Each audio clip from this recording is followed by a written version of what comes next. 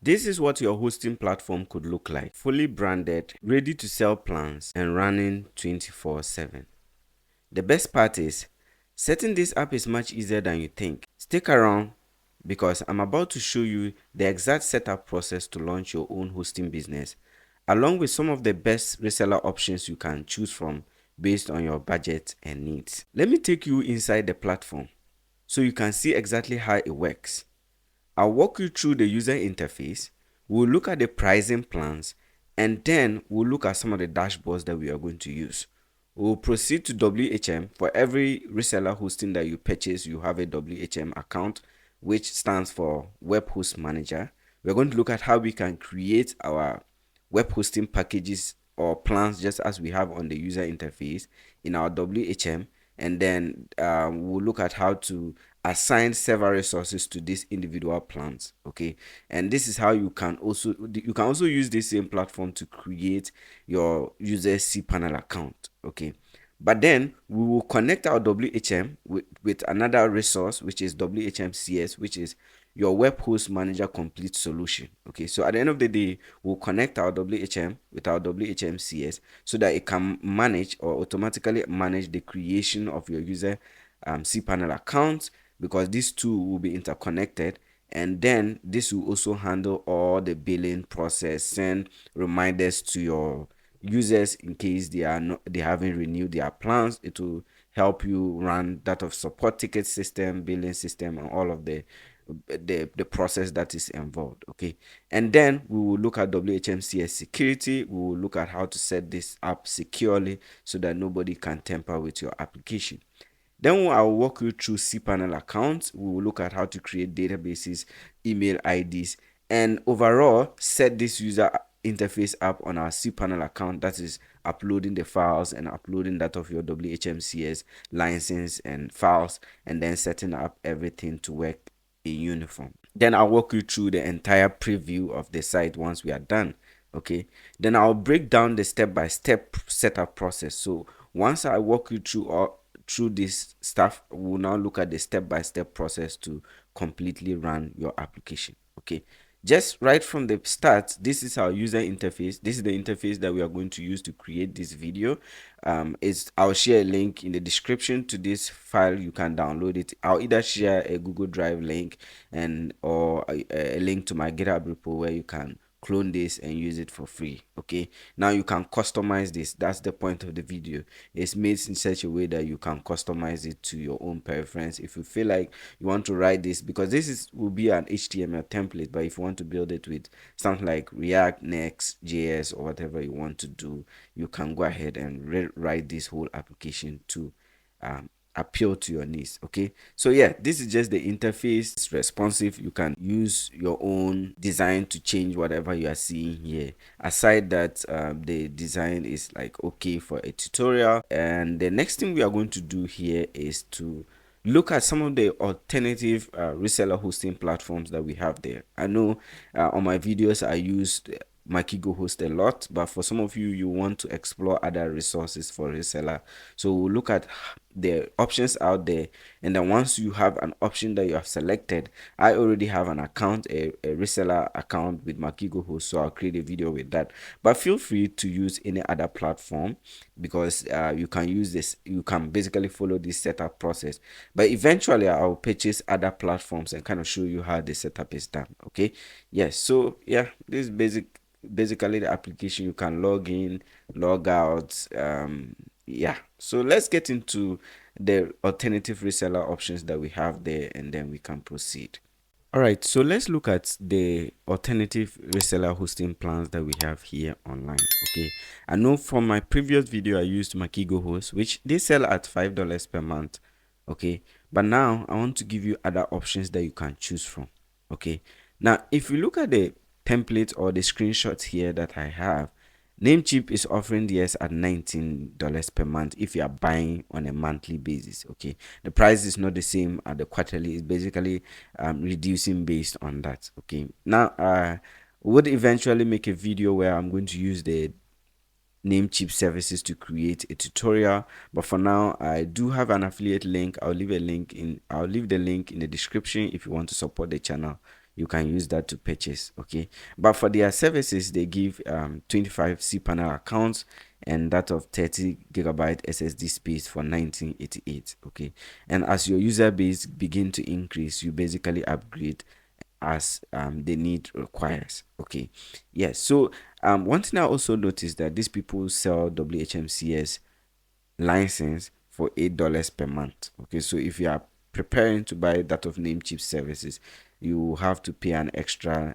$8 to be able to get your WHMCS license, which is very important when you are setting up your web hosting business. Okay, now aside Namecheap that I have an affiliate link to, the rest, none of them awards me for anything by showing their content here. So you can basically use them, read through all the services that I'm going to be providing here, and make a decision based on your budget. Okay, yes. So the next one is vepex.com or vepex.com, and they are providing DS at $11.99 per month, but instead of 25, they have a 15 cPanel account at 50 gigabytes. Okay, so there's kind of a trade-off with the price. Okay, so Namecheap gives 25 cPanel account and they provide 15. Okay, and just like Namecheap, as your user base begin to increase, you upgrade based on that. Okay, the next thing is hosting.com, another platform, starter $22.99 per month. I know you guys wanted kind of a budget friendly option.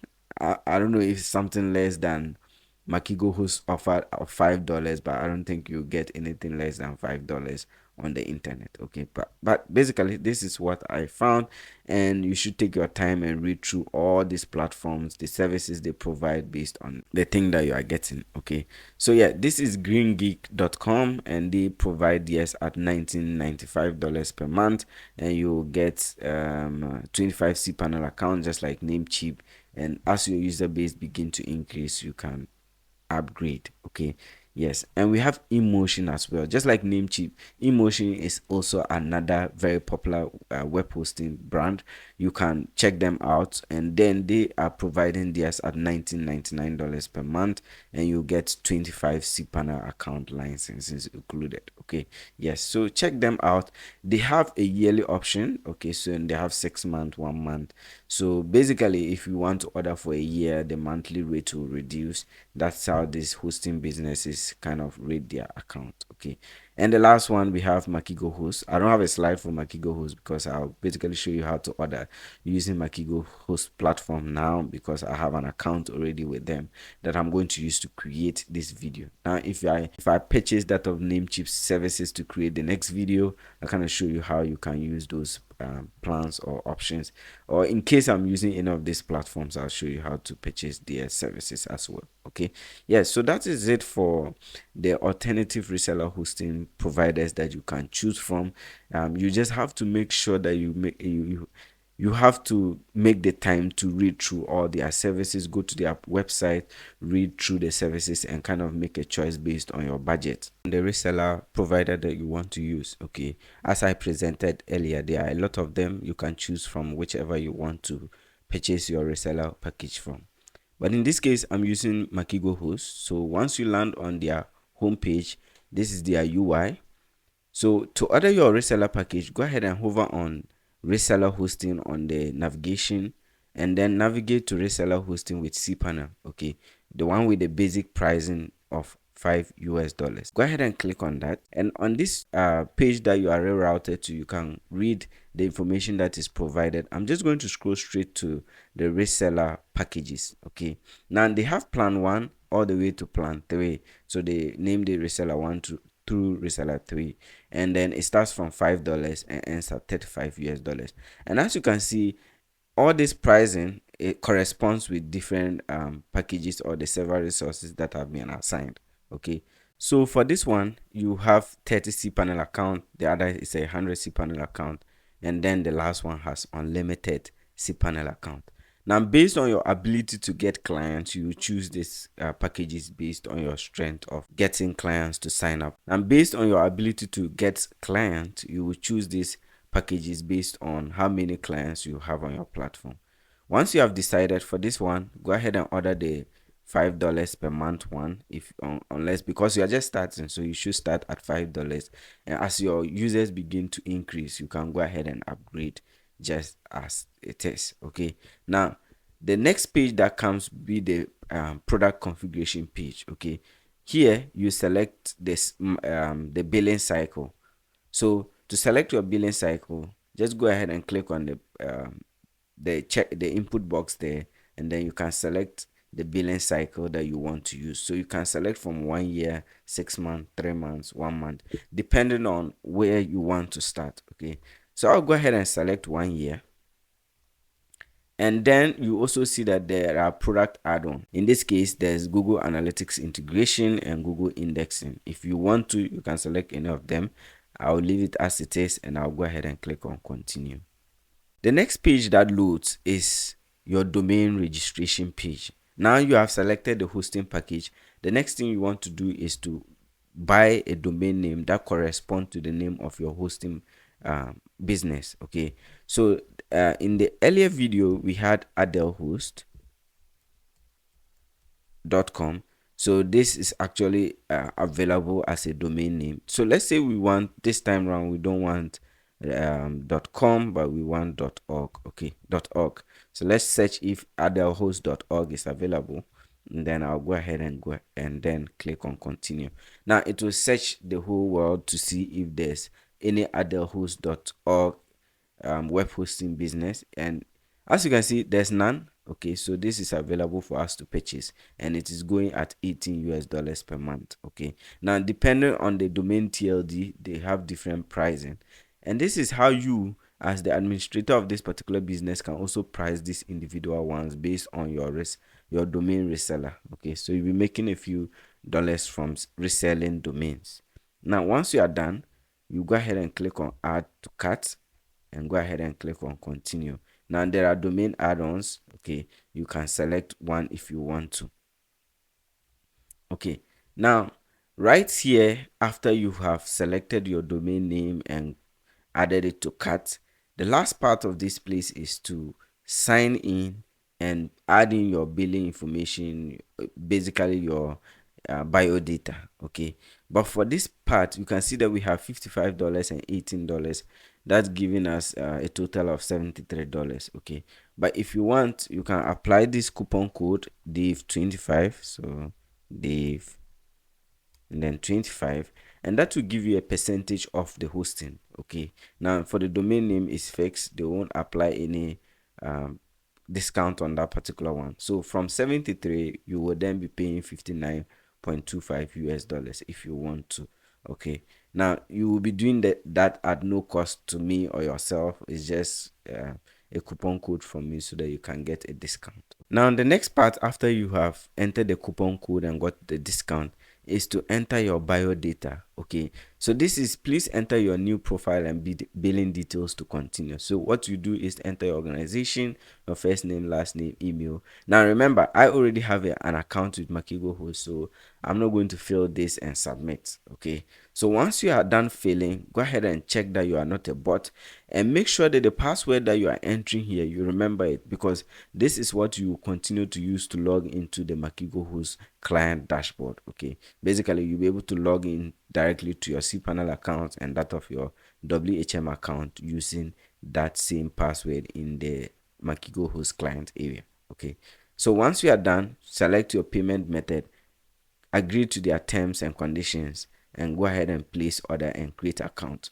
By clicking on place order and create account, an account will be created for you on Makigo Host, and basically you automatically be logged into that account. Okay, basically your client dashboard, and then you will get an email alert on how to complete your payment, or you can even complete the payment on the Makigo Host client area, and I'm going to show you how you can do that.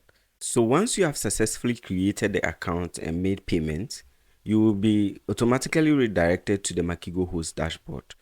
It's important to know the password you use during the account creation, or the password you use to complete the process, because you will be required to use that password in case you are logged out. Okay, now One thing to note is on the dashboard, you have a number of things that you can note. Open tickets, that's if you've created ticket. In your case, it's just a new account, so you don't really need to worry about it. But you have access to the packages. Now, I purchased Reseller 1 and a domain name adelhost.com, okay, on the 1st of January 2020.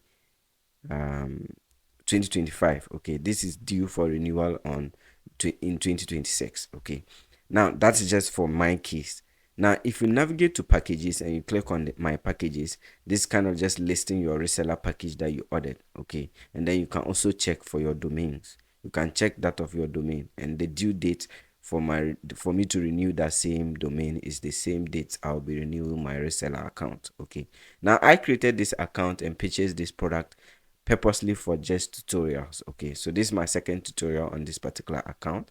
But more importantly, if you go to my invoices, so you navigate to billing and my invoices, if you click on paid, okay, you will see that your status is either unpaid or paid, depending on whether the instruction for you to make payment has been completed. Once once you have completed payment, this will be marked as paid. Okay, otherwise you should have some draft, I think, and then you should be fine. Okay, yes. Now the next thing is on your dashboard, you can submit a ticket or a request. You can read their knowledge base and announcement, and then you have access to your profile here. You can change your password, manage contact, and all of that information. Okay, so if you just logged in and you can't remember the password you used to create this account, it's good you go ahead and change your password before you even log out. Okay, now when we return to our dashboard, right here, go ahead and click on packages. Okay, on the tab labeled packages, you can go ahead and click on your reseller 1 or whichever reseller package you purchased, and right here you can go ahead and log directly into your cPanel account. Okay, so if we click on log into cPanel account, you will be logged in directly into your cPanel account, just as I have it here. Okay, now because I have used this cPanel account before, but if you open your cPanel account for the first time, you see some wizard and you just have to click on continue, and then that pop-up will leave. Okay, and the next part is your WHM, which is your web host manager. Now this software comes together with your reseller package. Okay, so once you purchase the reseller package and you are logged into your account, all this will be sent to you, and once you click on it, or once the account is set up, you can basically log into your WHM account.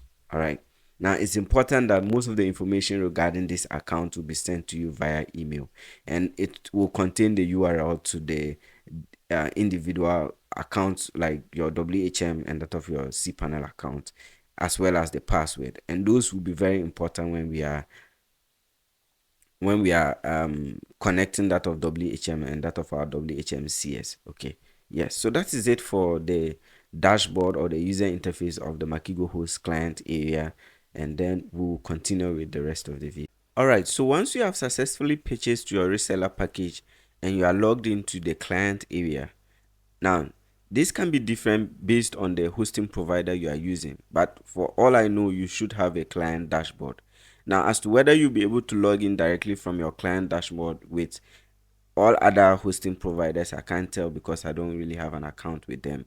But one thing is for sure, they should send you an email containing the cPanel account URL or that of WHM URL with a password. Okay, so you should be able to have access to your cPanel account's password. Now, on your dashboard, you may be able to log in directly to your cPanel account depending on the hosting provider. But I'm just going to share what is happening here on Makigo Host dashboard. That's if you are using that of Makigo Host or whatever hosting provider you are using. You can just experiment with their dashboard and you probably figure it out. Okay, now if you click on your reseller 1 package that is on the Makigo Host dashboard, you are eligible to log into your cPanel account and to log in with your WHM. Okay, I also received an email with my login details for both cPanel and that of WHM, but why not? I have access to log in directly to my cPanel account, so I wouldn't be copying password and logging in anymore. Okay, and username. But your cPanel account, your WHM account, both username and password should be communicated to you in some way, or either via email or you have access to them directly in your client, your hosting client, in your dashboard. Okay, for now what we are going to do is to upload our web template. Okay, so the template I demoed earlier in the video, so now we have it and we are going to upload it into our cPanel account, and we want it to be live on our domain name. Okay, so what I'm going to do is go ahead and click on log into cPanel, and I'm going to be logged into my Makigo host account cPanel. If this is your first time, you will see some wizard appear. All you have to just click and get rid of it. It's not really important. Okay, but for every cPanel account, for you to be sure that it's a new account, you have that wizard pop up, and then you just check everything and continue. Okay, now what we are going to do is to upload that template files. To upload the template files, you can search in the tools, and then you can search file manager or file, and then you have access to file manager. Manage and edit your files. Okay, this will lead you to the directory where your hosting files will reside. Another option is to just scroll down. Right after emails, you have files, and then you can select file manager. Okay, both of them will work the same, there's no difference. Okay, and now this is your file manager for your cPanel account. As you can see, I'm in my home directory at the Adelhawks, that's my username, and then we have these base files in our home directory. Okay, now the directory where your files are going to reside is the public underscore HTML. So what happens is, anytime someone visits your domain right here, your server is going to try to read the files that are residing in your public underscore HTML. So what I'm going to do is to open that public underscore HTML app, and you can see that we have an empty directory. Okay, to upload the files, navigate to the top, you see upload, just go ahead and click on it, click on select file, and then select the template file. So I have it here at the host template.zip, and I'll select that, and then the upload process should begin. Now I will leave a link in the description to these files that you can download for yourself, but for the moment we are just going to wait for the upload to complete.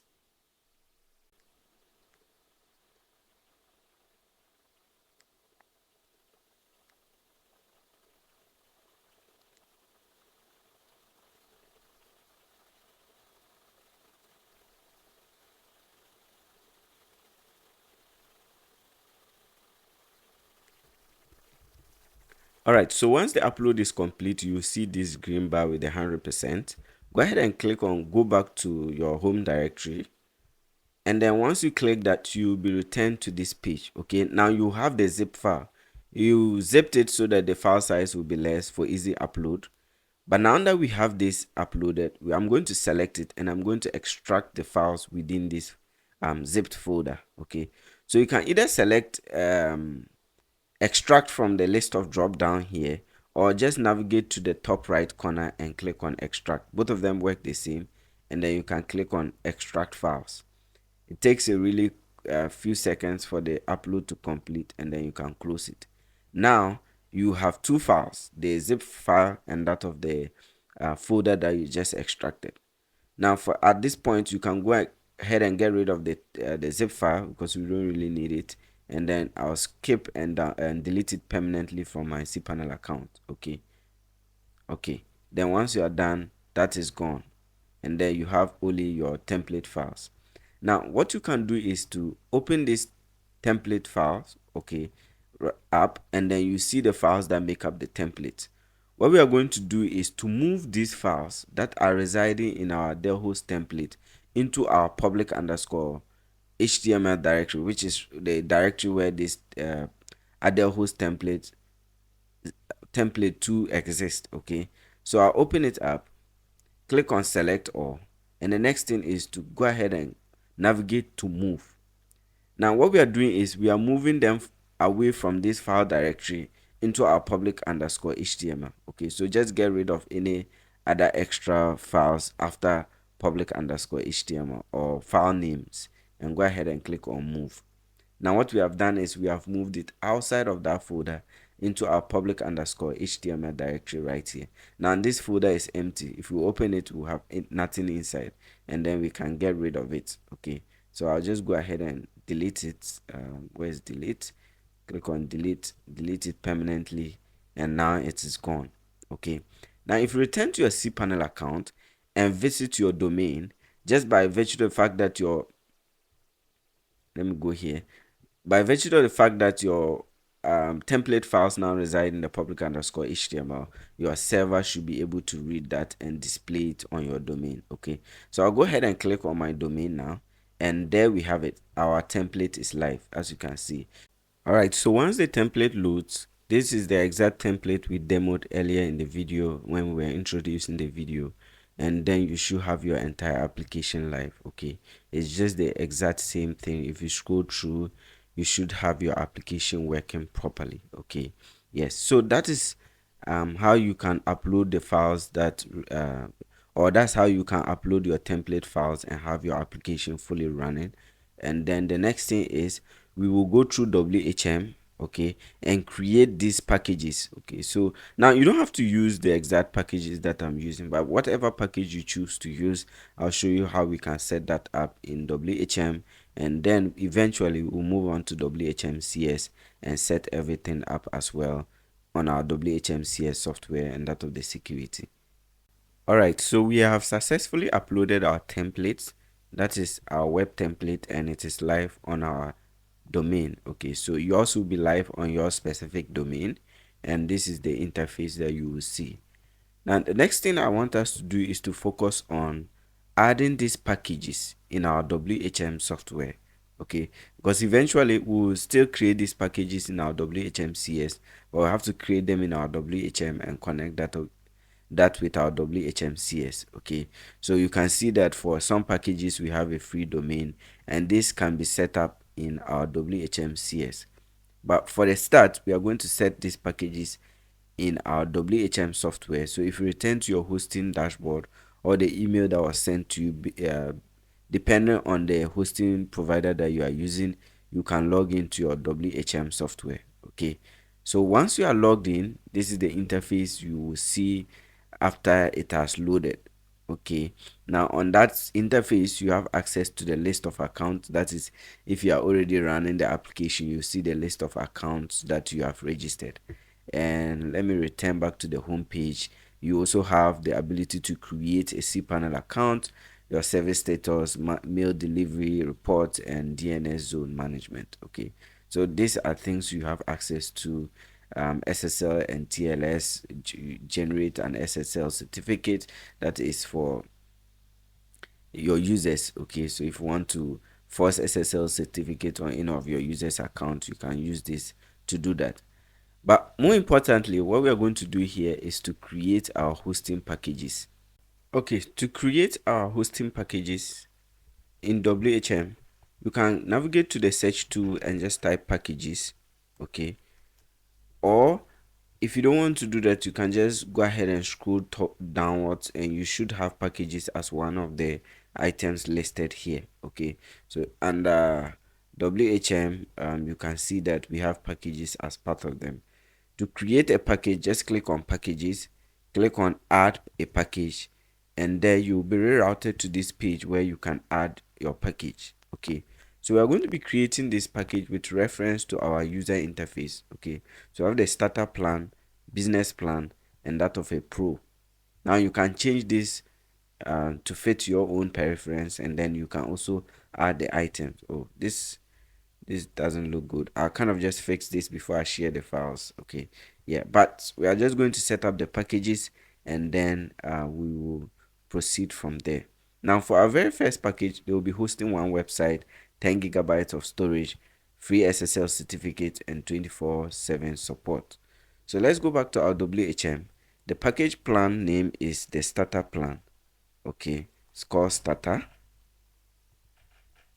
And now the disk space that they are assigning to this is what? 10 gigabytes. Now this is for 10240 is in megabytes, and that's equal to 1 gig. Okay, so for 10 gig, I'll just add a 0 to that. That is the value multiplied by 10. If we go back right here, the starter plan has 10 gigabytes of storage. Now let me return to my WHM, and here under bandwidth, I'm going to give them the same bandwidth as the package price. So let's just see. And basically this is where you'll be assigning several resources for each individual package. Okay, so you see these are the resources, basically what you get per the price that you are paying for. Okay, so you get a disk space and you get a bandwidth. Now how many FTP accounts do you want to assign to this person? So you can assign a 5 FTP account. Those were not listed as part, but once you assign them, you can update this list to include all that comes with that particular packages. Okay, and then we want them to be able to create 5 email IDs. Okay, so the max email accounts they can have here is 5. Max mailing list, we can give them 10. And you basically go ahead and assign different several resources to the individual packages that you will have on your hosting platform. Okay, for databases, let's give them 5 as well. They will be able to create 5 databases. And max subdomain, okay, so how many subdomain do you want them to be able to create? I'll keep that at 5. Max domain packed, you have max add-on domains, and you have max passenger application. Okay, now one thing that is important after you have set this individual pricing, or not pricing, but you have assigned these resources, please research into most of them so that you will be able to assign them to match the price that you'll be giving to this package. Okay, and then for the number of users, okay, I'm going to leave it at 2 users for this particular account, not 72. 2, I think the maximum is 7. If we go 0 and the max is 7, okay, so I'll give this person, the very first account, 2 team users or roles. Okay, so yeah, that will be it. Once you have been able to assign the several resources to this particular package, just scroll down and click on add. Now this package has been added to the list of packages that you have in this particular hosting account. If you want to see that, you can go ahead and click on edit a package, and you see that now other host starter has been added. Okay, so this is for the starter plan. Now you see that we have other host default. This is the default plan that comes with what, our WHM account. If you click on it on edit, you can see this person was given 1000 megabytes, and that's just by default what came with the account. Okay, but you can get rid of it if you want. If you want to delete it, you can proceed to delete the package, and then you can just click on, select the one you want to delete, and go ahead and click on delete, and that will get rid of it. Okay, so now we don't have that default other host package on our WHM account. Okay, yes, so that is it for creating a package. So we've done that for the starter plan. You will return to the account and we'll do the same for the business account or the business plan. So business,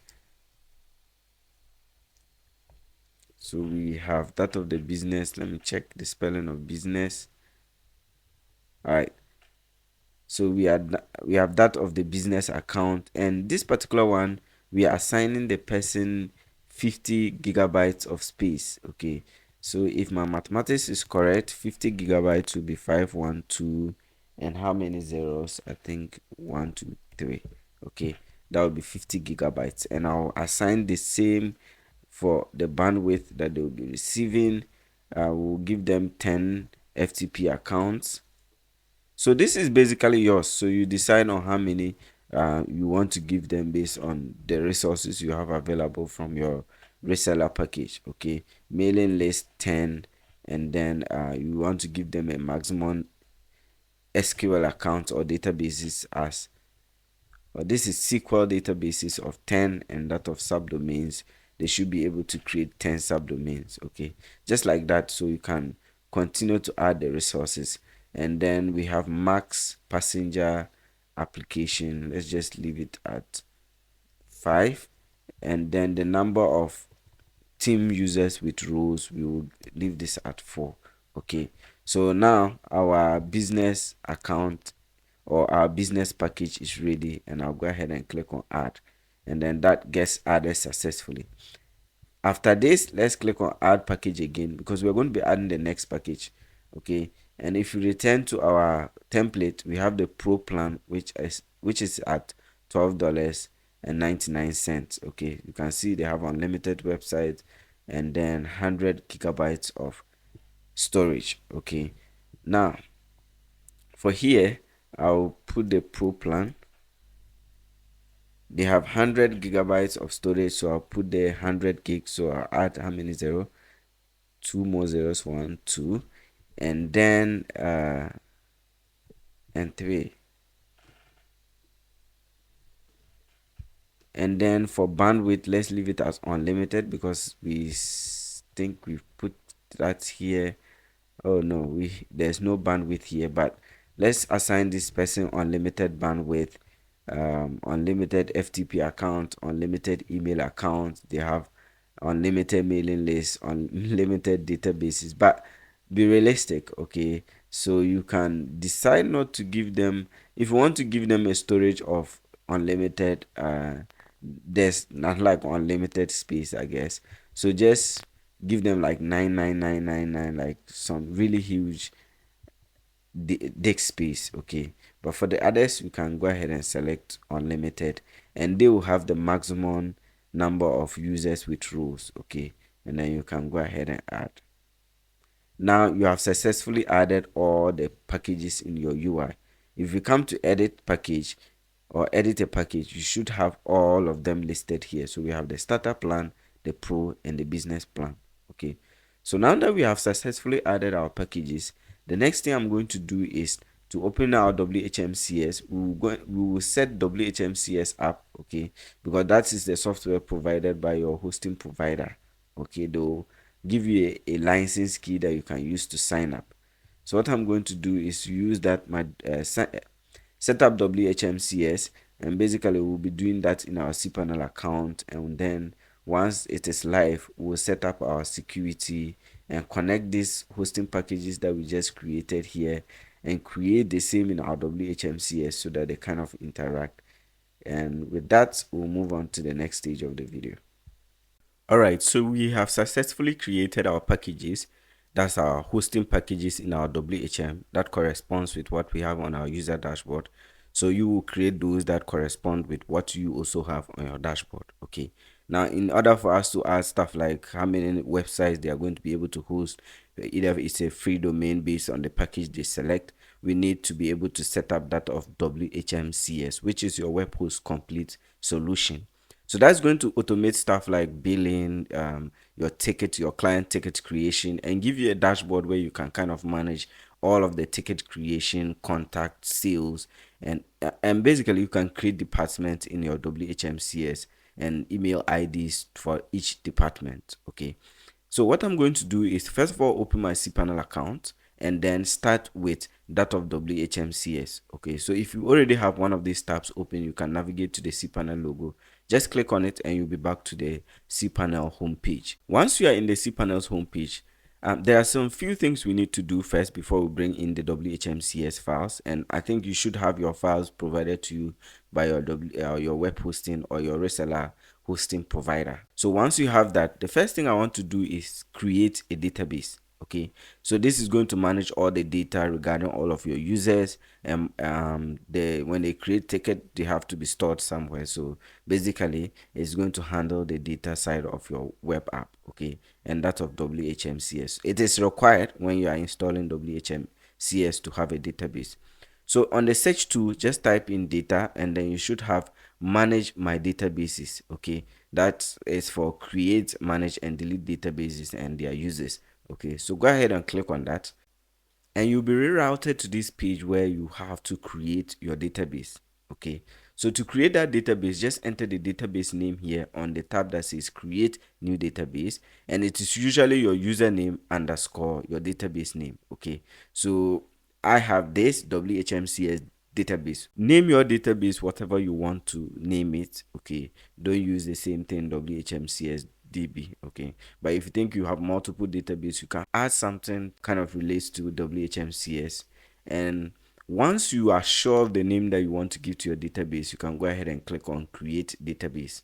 Okay, the web page reloads, and then your database has been created. Now the next thing you are going to do here is to create a database user. Okay, so To create the database user, just right after you have created your database, you have database users, add a new user. So for this one, you are going to add a database user as well as a database, the user password, okay? And eventually you associate this database user with the database that we just created.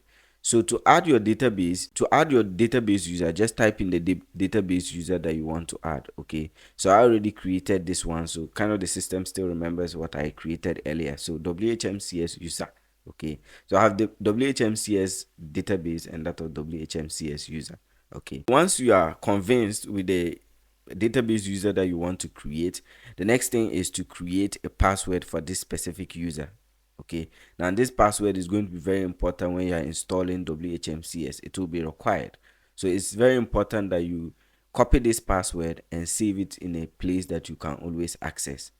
So you can randomly generate a password using the password generator, or if you have a strong password enough, you can go ahead and enter that password and enter it again, okay? So for me, I don't have the time to do that. I'm just going to generate a random password. So when you click on it, the password will be generated. You can keep generating until you have a password that you prefer, okay? And once you've got that, you have to check this mark that you have copied the password, and then you truly have to copy this password. If you don't have this password, you wouldn't be able to complete the installation process.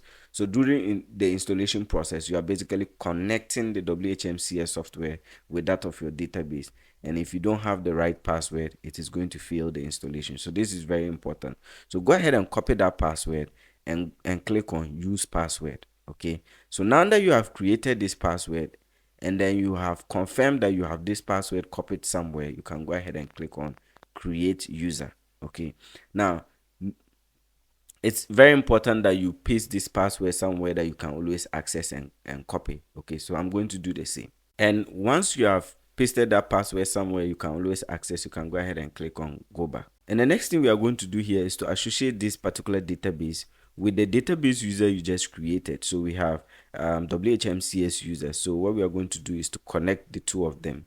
So what I'll do here is to add the user to the database. So you can see this tab right here, okay? So if you have multiple databases, you basically have to click and select the right databases that you want to connect, okay?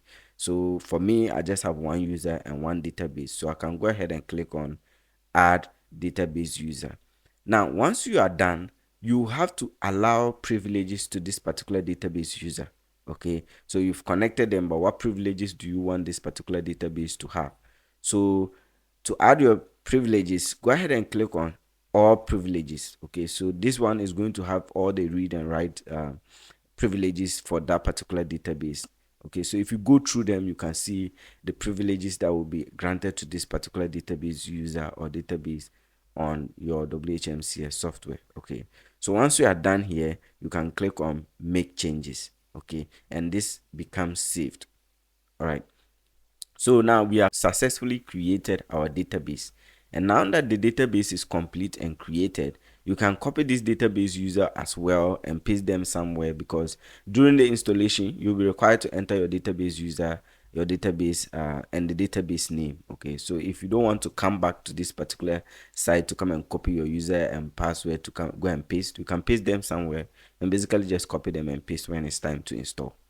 All right, so once you are done, whether you are pasting it or you want to return here, because this will be available even if you leave this page, okay? Let me just go back to the cPanel homepage. I'll type database right here, and then I can return there. So you don't really have to copy them and paste somewhere, okay? Because you always have access to them. If you come here and you click on add, it's just the same data that is here, so you can come here during the installation to copy them. But if you don't want to, you can paste them outside of cPanel and access them when you need them, okay? Yes, so now that our database has been successfully created, I'll return to my cPanel account, and at this point you should have your WHMCS software, okay? What we are going to do next is to upload our WHMCS software. To upload your WHMCS software, just as we did for the template files, we'll return to our file manager, okay? And inside of file manager, we will be hosting our WHMCS together with our web template, okay? So both of them are going to reside in our public_HTML. All right, so once you are in the public_HTML directory, we are going to upload our WHMCS files in this same directory. Okay, to upload your WHMCS files, we are going to create a folder, and I'm going to name that folder billing. So just navigate to folder. So you have a plus icon with folder, just click on it, and then we want to create a folder called billing. Okay, so I'll name mine billing. You can name it whatever you want. I'm just using billing because WHMCS is the one handling all of the billing, so I'll just name that as billing, but you can name it whatever you want. Okay, and click on create folder. Now we have a folder named billing. Okay, so we want to put our WHMCS files in this billings folder, so you can go ahead and open the folder up, click on upload, and then once this window opens, navigate to the files where the directory where your WHMCS files reside. Okay, so click on select files, and then for me it's on my desktop, so I'll go ahead and select WHMCS version 8.12. Okay, and once that is done, I'll open this up. Right now, once you open it, the upload will begin, so you have to wait for a few minutes for the upload process to complete, and then you proceed with the rest of the installation.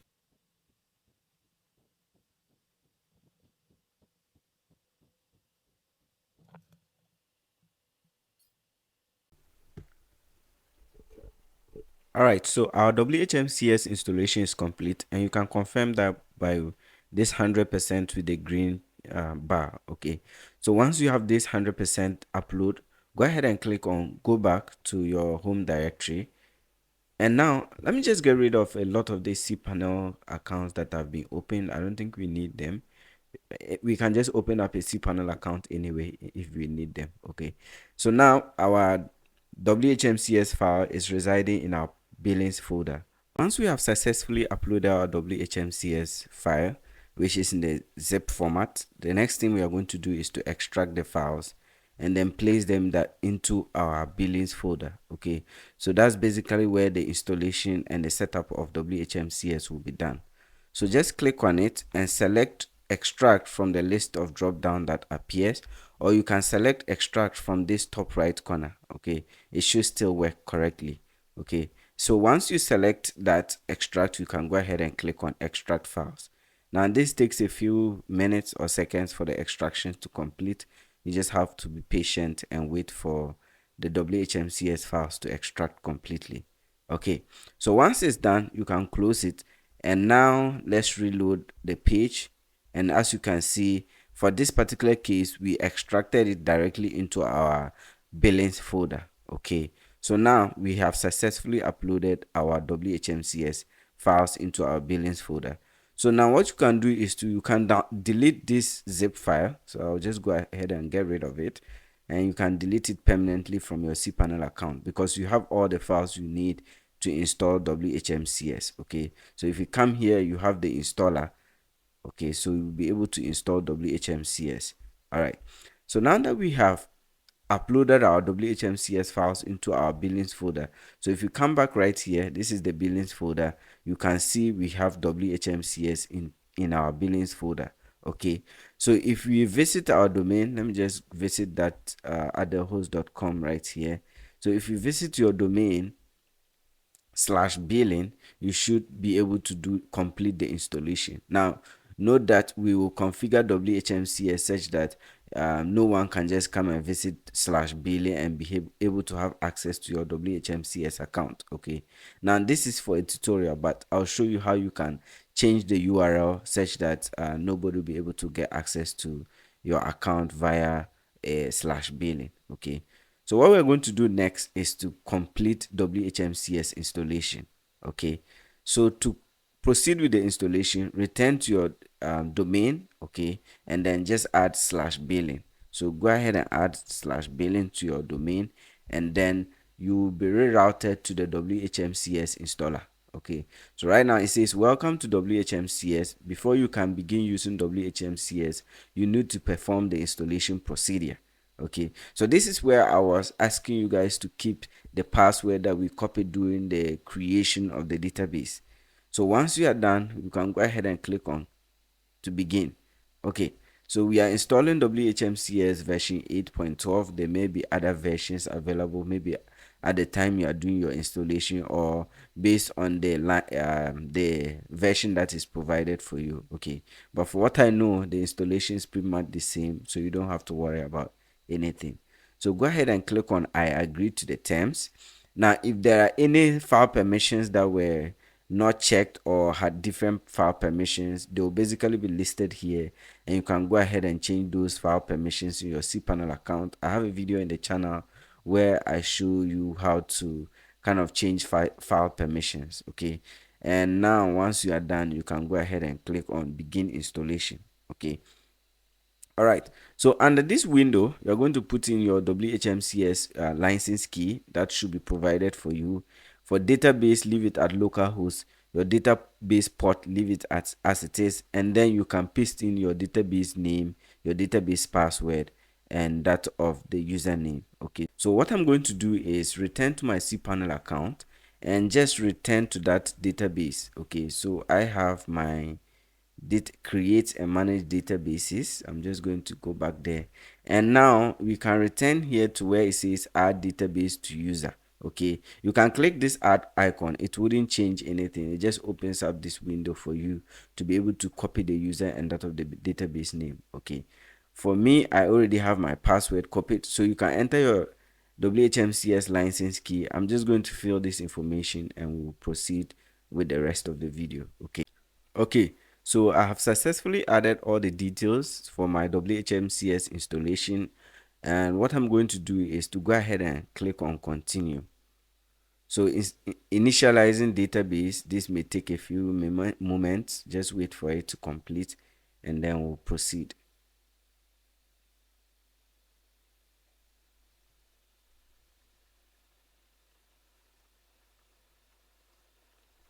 All right, so that stage is complete. The next thing is to enter this information. So remember, this is the information you're going to use to log into your WHMCS account. So when you're entering it, especially your username and that of the password, please make sure that it is something you will remember, or you can copy and paste somewhere if you need to use them again. All right, so I'm just going to enter my name. Those are the details. So I enter my first name, my last name, and then my email. Okay, so I enter my email right here, and we have adelhost@gmail.com. So you can create an email ID like this, or an email account like this, to be used for your WHMCS installation or anything related to your WHMCS. Okay, so I enter my username. Okay, so go ahead and enter your username. That's the username you want. I'll just leave it at adelhost. Okay, and then I'll enter my password.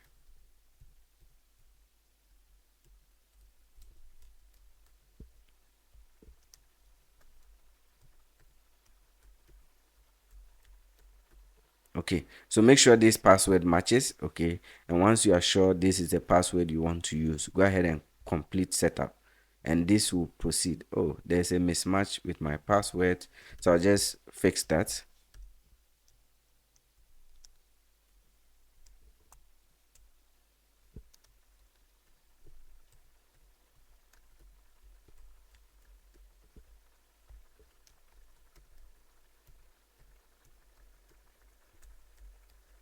Okay, so I'll try again. So now that I'm done with the password, I'll just go ahead and continue.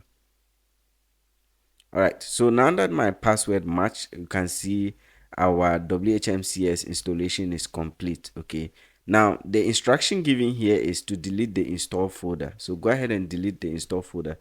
To delete it, just return to your cPanel account. Under the billings folder, we'll look for that install folder and delete it. Okay, so we have install.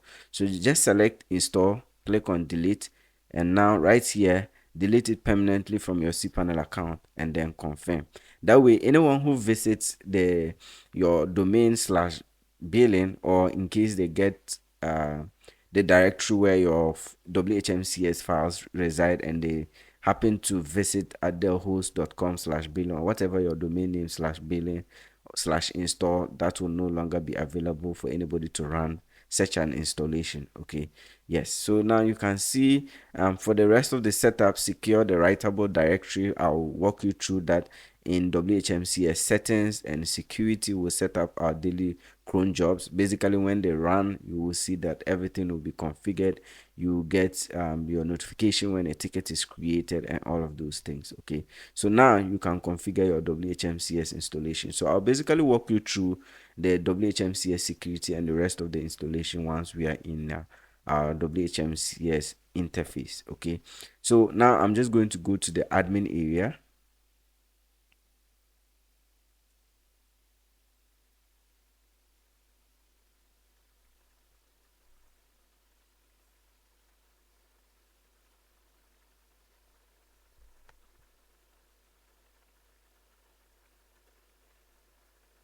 And once you have created that account, you need to log in with the information you used during the installation. Okay, so this was my username, and then I'm going to enter my password. So enter the exact password you use, otherwise this whole process will fail.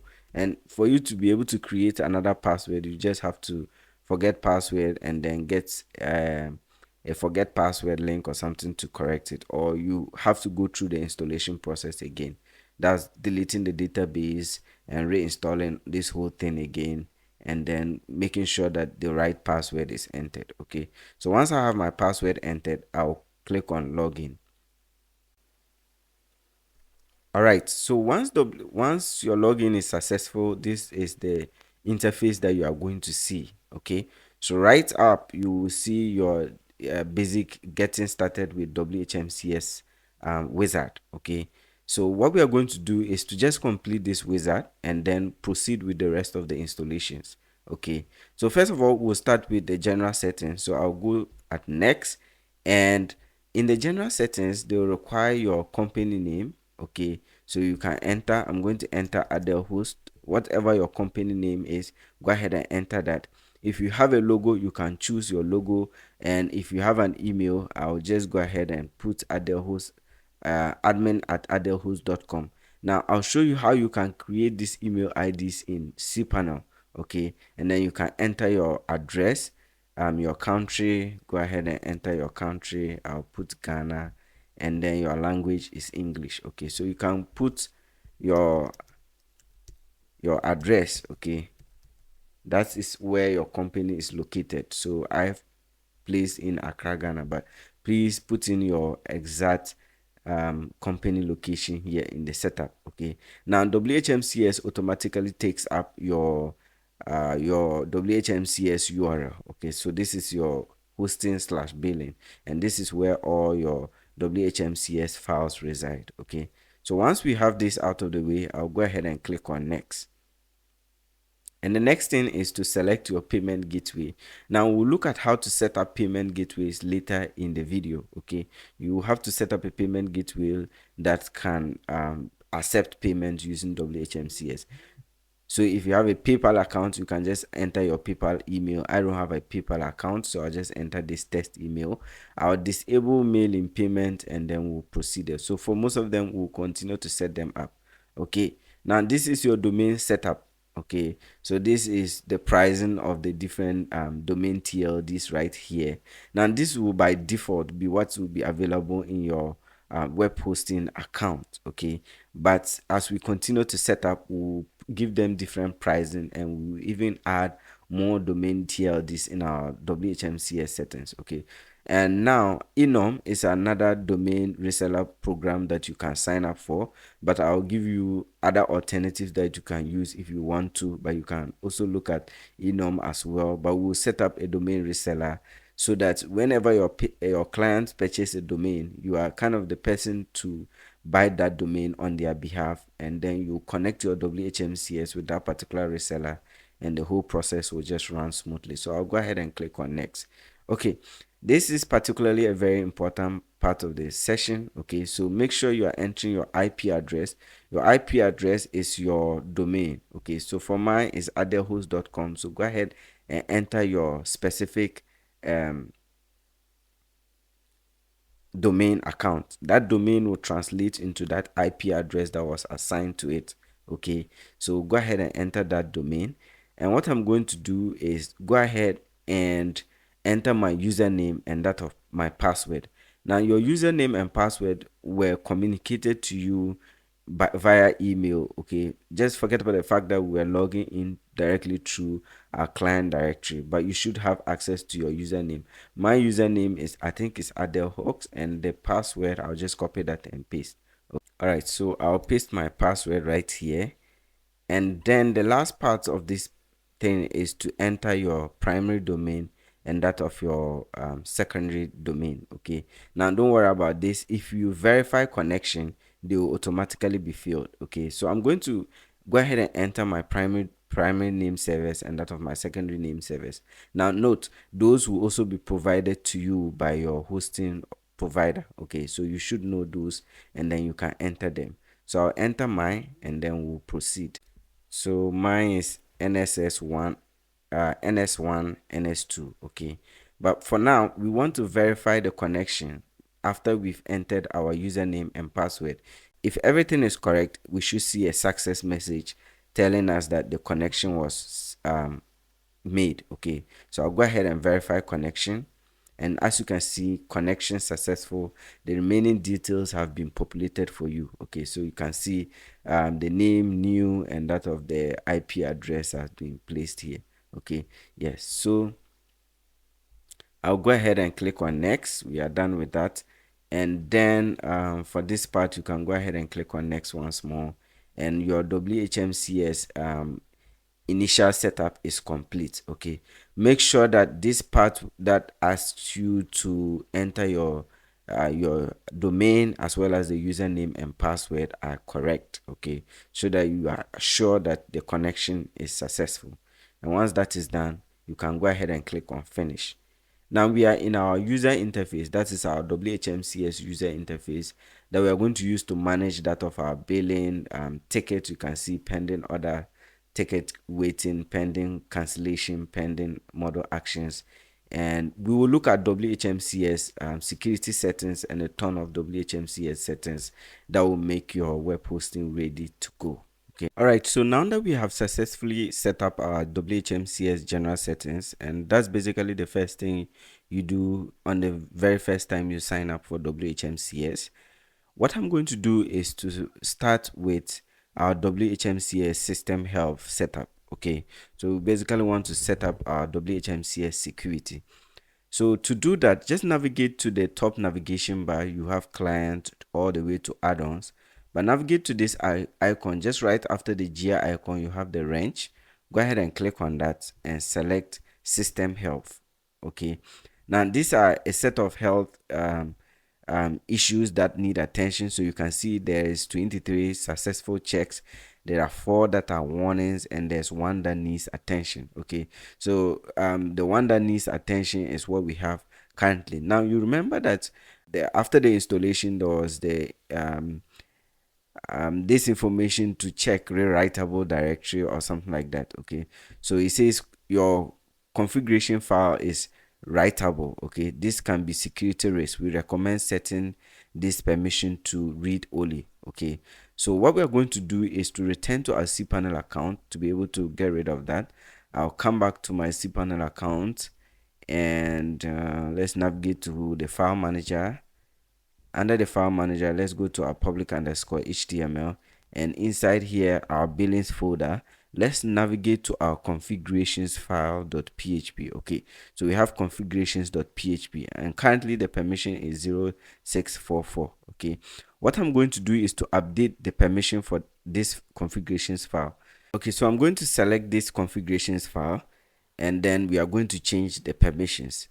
There are 2 options. You can use the permissions section here, or just edit it directly from this section. Okay, so I'll click on permissions, and I'm going to give it a 0400 or a 400 permission. Okay, so for that I'm going to give this a 0, and now I'm going to give this 00, so that will be a 400 permission. Okay, so once that is done, you go ahead and click on change permissions, and then you have 0400 permission. Okay, now if you don't want to go through the other process, you can just click on it like this, and then you can get rid of it like that, and then you can type in 400, and save. Okay, and the permissions will still apply.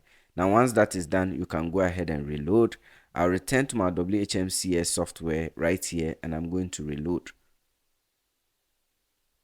Okay, so now once we are freeloaded that, we have successfully updated one part of our WHMCS system setting that was needing attention. Okay, so you see needing attention, looking good, check you out, no issues, needing attentions, good job. Okay, now we have four more things to resolve. Okay, so we have the warnings. All right, so let's fix the customizing default paths warning. Okay, it says customizing the default directory path for some parts of WHMCS makes it more difficult for malicious users to find them. Okay, so that's exactly what we are going to do.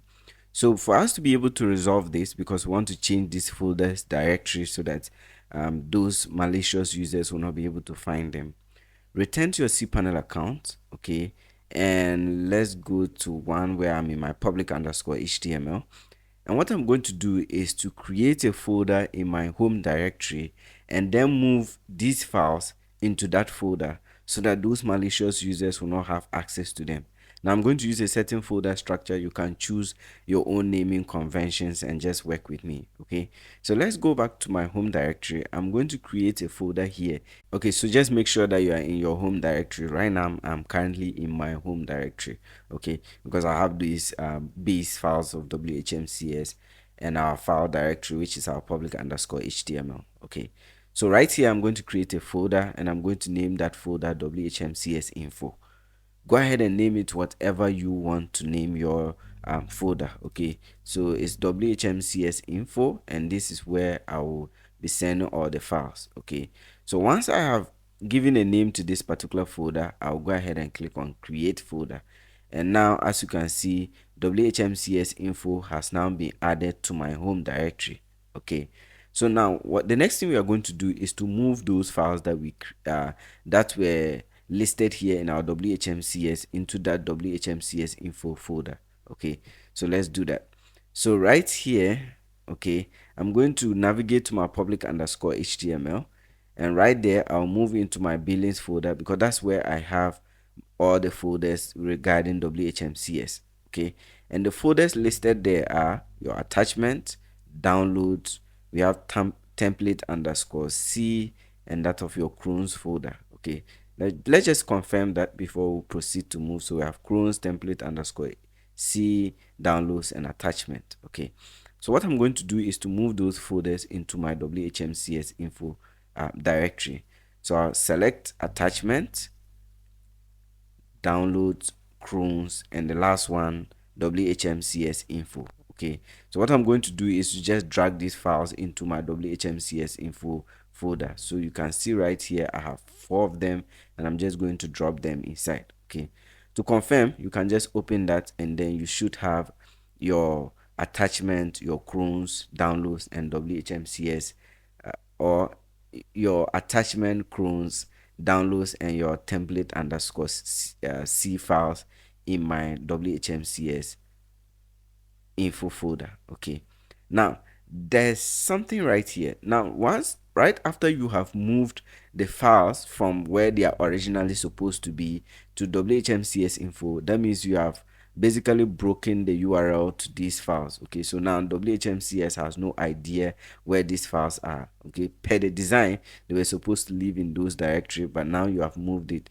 WHMCS will not be able to find those info in case it wants to work with them. Okay, so the next thing we are going to do is to configure them up so that WHMCS can find them when it has to use them. So for us to be able to do that, I want to return to my public_HTML right here. Okay, so under my billing, or if you are here, just go to public_HTML. Inside your billings folder, we want to look for configurations.php. Okay, so we have configuration.php.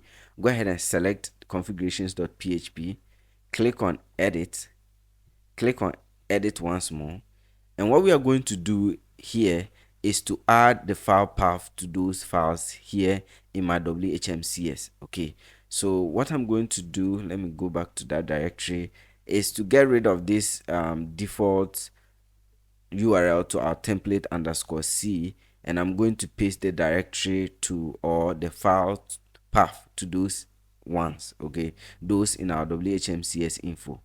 So we'll leave a link in the description to some kind of setup that you can also use. I'll add that of my WHMCS info directory. So all you have to do is to kind of edit your username and that of the folder structure that you are using.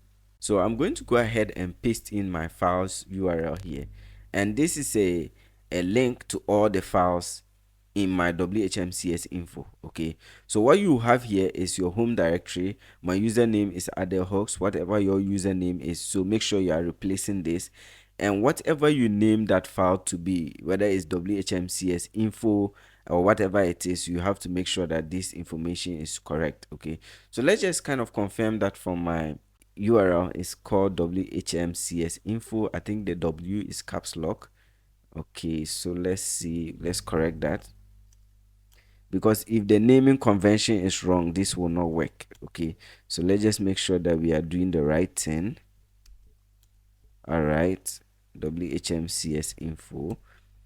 Okay, so once we have that corrected, we can go ahead and then save our changes. Okay, so just make sure that you have the right one selected. So make sure your username, the file you named, whether it's WHMCS info or whatever file you use, make sure that is written here clearly, and then the file that you are linking to. Okay, and then once that is done, you can go ahead and save the changes, and then we'll close this tab. Okay, so now we have edited our configurations folder. Okay, now the next thing I want us to do is to return to our WHMCS info folder. Go ahead and click on your Cron's file, and where you have config.php.new, okay, I want us to go ahead and rename this one. Okay, so go ahead and rename it and just get rid of the new and just leave it at config.php. Okay, yes, and then I'll go ahead and rename. So the next thing we are going to do is to open that config.php. So I'll go ahead and click on edit, click on edit once more, and then right here you can see the WHMCS paths. Okay, so a path to WHMCS or just the WHMCS path and then to your WHMCS. But now that we have moved or installed our WHMCS, we placed our WHMCS in our billings folder. Let me just go back home right here, and under my public underscore HTML, this is where our WHMCS reside. Okay, so we are going to update the link to that file directory with our WHMCS, where our WHMCS reside. Okay, so right here I'm just going to get rid of the comment there, and now our WHMCS is inside our home directory, and the path here is our Adelhawks username. Okay, so make sure you are entering your username, Adelhawks. Okay, this is this way, and then under the Adelhawks we have public underscore HTML. So we should have our public underscore HTML, and then it is inside our billings folder. So our WHMCS installation is in our billings folder. Just make sure that is corrected. Okay, so now you have in your home directory Adelhawks username, public underscore HTML, and inside your billings. Okay, so you can just confirm whatever your username is so that you don't you make sure that everything is well set up. So once that is done, go ahead and save the changes. Again, I'll close this, and then I'll return to my WHMCS, and I'm going to reload to see if our error has been cleared. Okay, so I'll reload the page.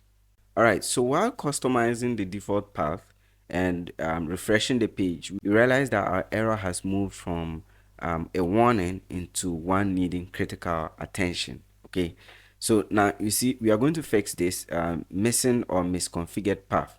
Now formerly WHMCS used to access this under public underscore HTML slash billing slash attachment, but you notice that we moved those into our WHMCS info. So that means that WHMCS itself cannot access these files anymore. Okay, so we are going to fix that. For us to fix this, just navigate to the wrench icon here and click on system settings. Okay, so I'll go ahead and click on system settings.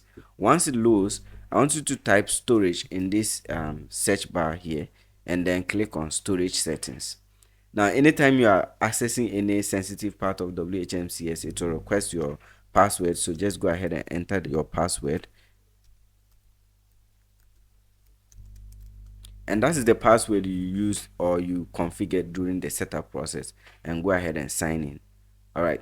So now we are in our configurations page for our storage, and this is where we will be updating the file URLs or the URL to all those files that we have in our WHMCS info directory. Okay, so as you can see, the software is still trying to access it at adelhooks public underscore HTML in the billings folder and under the attachment. However, we have moved them out of this directory.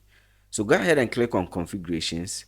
Under configurations, let's navigate to add new configurations. Okay, and now right here, make sure that you will have local storage selected, and go ahead and click on add configurations. Now we are going to add the path to downloads, because if you look at it, most of it is just for your downloads and that of attachment. Okay, for the crons and template underscore C, there are no paths to those. So we are going to do exactly that. So I'll click on add new configurations. Just click on the plus icon, and I'm going to return to where we had our files for the setup. Okay, so you can go to configurations.php, click on edit, and then click on edit once more to have the path to those download and that of attachment. Okay, so I'm going to copy this. So copy yours.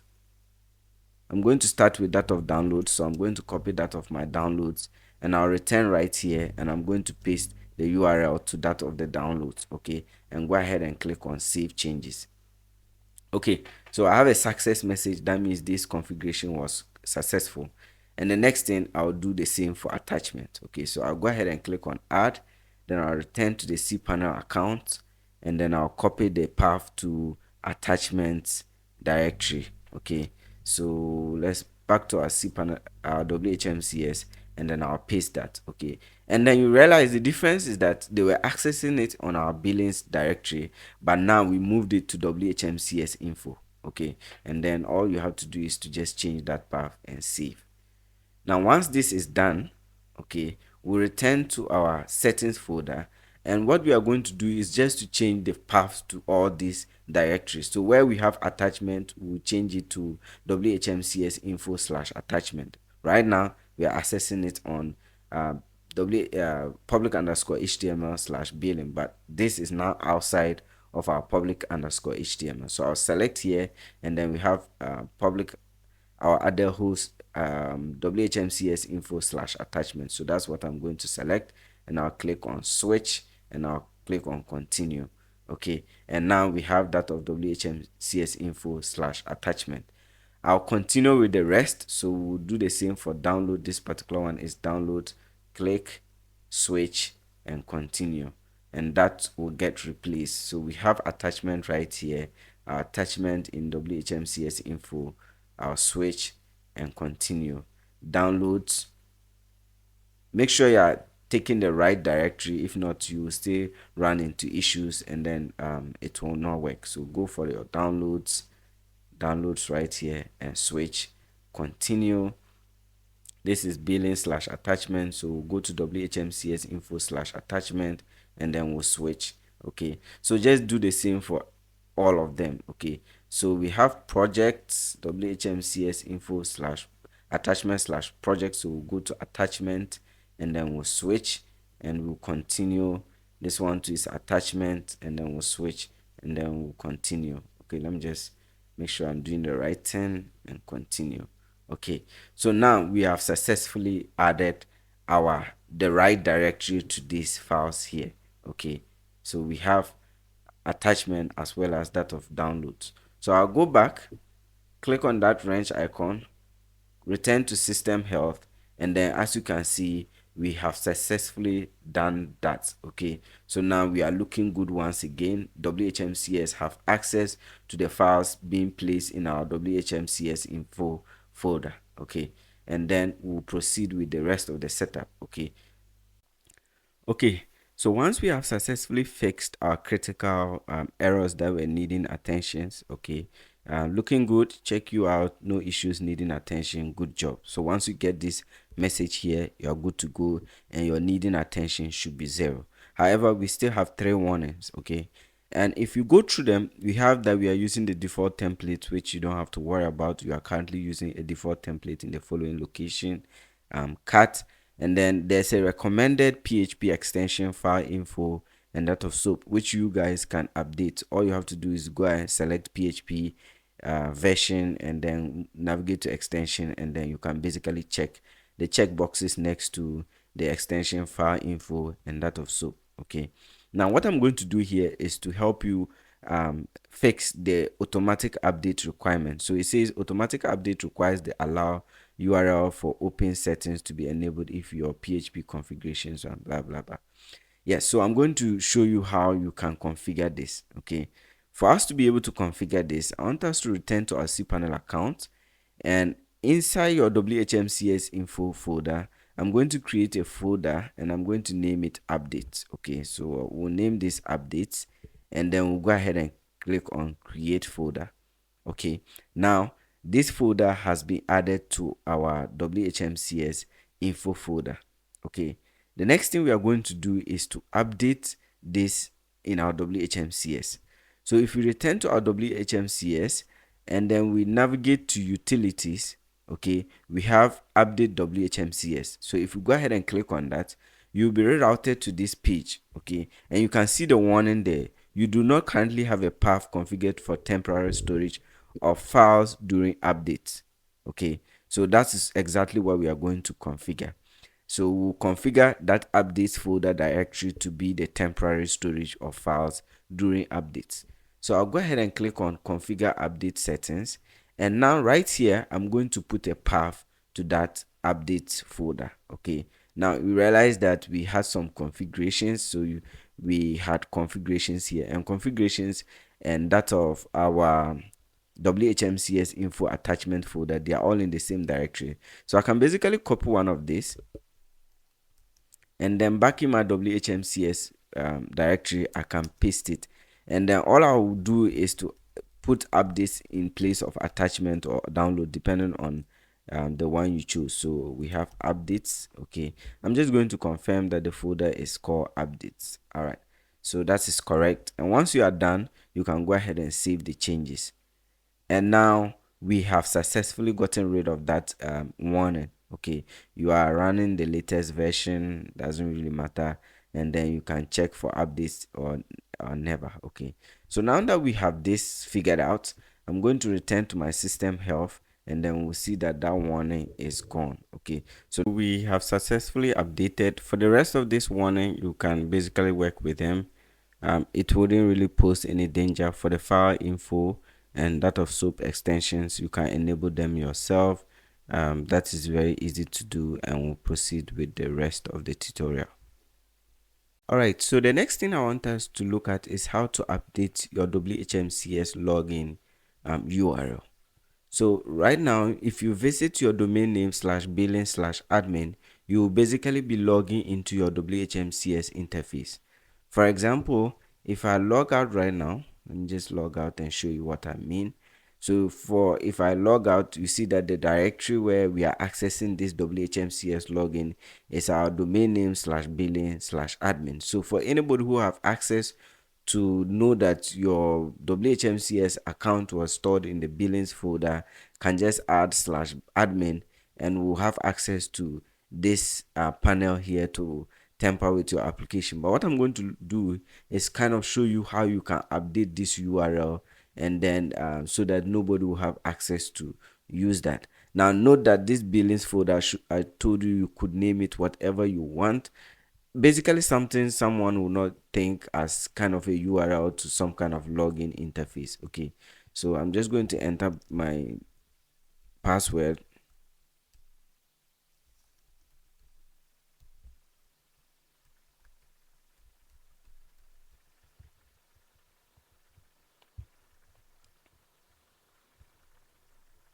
and we are back to my WHMCS interface.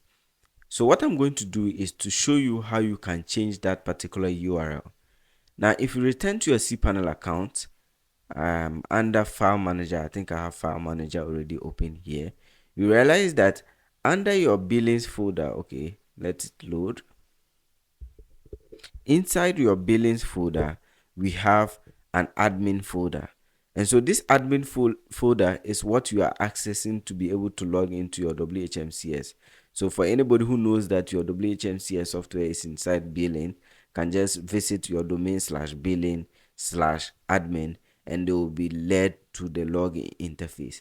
However, sometimes it's very difficult for someone to guess which folder your WHMCS is installed in. So you can kind of use some naming conventions. You can use some naming convention to prevent people from guessing this. But this is a tutorial, so I'm using billing because usually WHMCS handles billing and admin. But I'll also show you how you can secure your admin directory. So if you return to your file manager, this file here called admin, I want us to rename the file. Okay, so you can rename it whatever you want. So basically you'll be giving it a secure name where no one will be able to guess. Okay, so I'm going to just name it secure admin, or let me just add secured admin. Let's just so secure admin. So make sure you are giving this name a very unique name that nobody will be able to guess. Okay, so just name it whatever you want. I can't stress that enough. Make sure you are naming it, or you are giving it a name that nobody can guess. And once you are sure here that secure admin is okay for you, you can go ahead and click on what save or rename.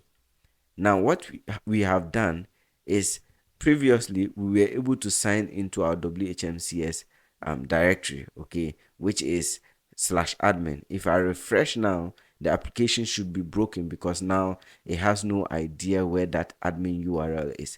And so even if someone had access to know that my WHMCS files are in my billings folder, but then they don't know what my admin area directory naming convention is, okay, so they'll basically get this error, oops, something went wrong and we could not process your request. Okay, so this is the default error page that they are going to get. Now, even if you go to secure admin that we just labeled, you will still not have access to that account. So I'm going to show you that quickly. Is secure. All right, so secure admin, so that is it. So even if someone has access to secure admin right now, the person will still not be able to access that domain. Okay, so it's a critical error. You're attempting to access the admin area via a directory that is not configured. Okay, so this will still be an error. So I'm going to show you how you can configure that newly renamed directory in your application. So to do that, let's navigate to configurations. So you navigate to configurations.php, click on edit, and click on edit once more. And once you are in the edit window, I'm going to paste a piece of code and I'm going to show you how you can update it. Now, alongside with this video, I'm going to leave a link in the description to all the folder structure that I'm using for WHMCS security setup, as well as this code that you can use. Okay, so I'm just going to paste this command, and where you see example, we are going to change that to secure admin. Okay, basically the directory where we are placing our admin login directory. Okay, so we have custom admin path is equal to secure admin, and so this gives us access to this secure admin directory right here, and then we can now log in once again. Okay, so let me return to my configurations file and I'll go ahead and save it. Okay, this time I don't want so many tabs open, so I'll go ahead and close this one as well. And then where we had critical error, which is our WHMCS, I'm going to refresh and hopefully we should be back to our admin area. Okay, so now we are back to our WHMCS interface. Now if I log out, we will be accessing our WHMCS under your domain name /billing/secure admin. Okay, I hope that makes sense. So it's a way of you securing your account by not exposing your admin URL to users. Okay, so I'm just going to enter my password once and return to my WHMCS interface. All right. All right, so that is it for updating your WHMCS login URL, and then we will proceed with the other parts of the video. All right, so once we are done with setting up our secured admin URL, the next thing I'm going to show you is how to set up departments. And these departments will have different responsibilities based on the tasks assigned to each department. Now I'm going to show you how to create 2 departments, but you can create as many departments as you may wish on your own hosting platform.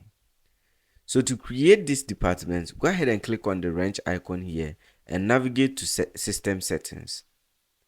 Under system settings, navigate to the search icon on the left and type support. Now, from the list of suggestions, you will see support departments. Go ahead and click on that.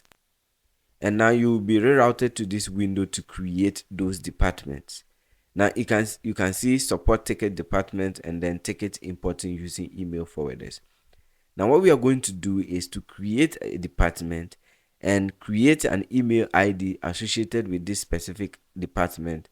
And then what we will do is whenever a support ticket is made, that particular department is contacted using or reference using the specific email ID and then this email forwarder. Okay, so what we're going to do is to go ahead and click on add new department. Now if you click on add new department, you will have to add your department name. So for this first one, I'll call it sales department, and the next one is the description. So give a description to what to each department. Okay, so just a brief information about what they are responsible for. So let's just say all your purchases. Okay, this is not purchases, so all your purchases and finance needs and questions. Okay, and this is the description that I want to give to this specific what department, and the email, okay, address to this one, I just want to give it sales at adelhost.com. So what we will do is later on we'll create an email ID called sales, and then for email IDs automatically they have the extension of adelhost.com. Okay, yes. Now assign admin user, that you can go ahead and check this adelhost, which is myself, and then client only. Please note this. So if you check this, that means people who are users of your platform can only submit these sales tickets. However, if you have a sales team, you want anybody at all who visits your platform to be able to create inquiries and get replies for specific issues that they may be having. Okay, so I will leave this on check. Only allow ticket creation or replies when the sender address is associated with a registered client, user, or contact with a ticket permission. So for this, I'll just leave it as it is. Okay, and then we also have pipe replies only, require all tickets to be opened from the client area. And then we have autoresponders. If you want, do not send the autoresponder message for a new ticket. You can go ahead and check this. Okay, now you can read the rest of them. If you want to set up an external SMTP, you can use this part to kind of set that up. But for now, we are just going to deal with the basic setup right here, and then I'll go ahead and click on add department. Now, as you can see, we have a sales department. The description of their role is all your purchases and finance needs and questions.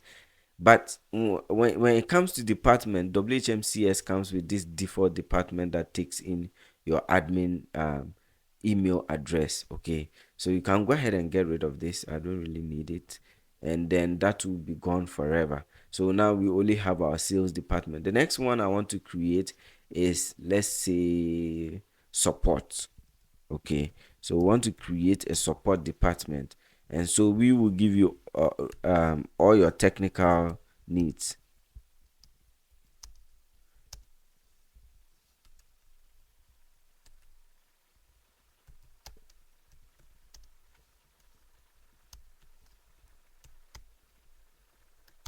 Okay, so now for me, my support department will be responsible for all your technical needs. That's the description, and then you can just write it at support@adelhost.com.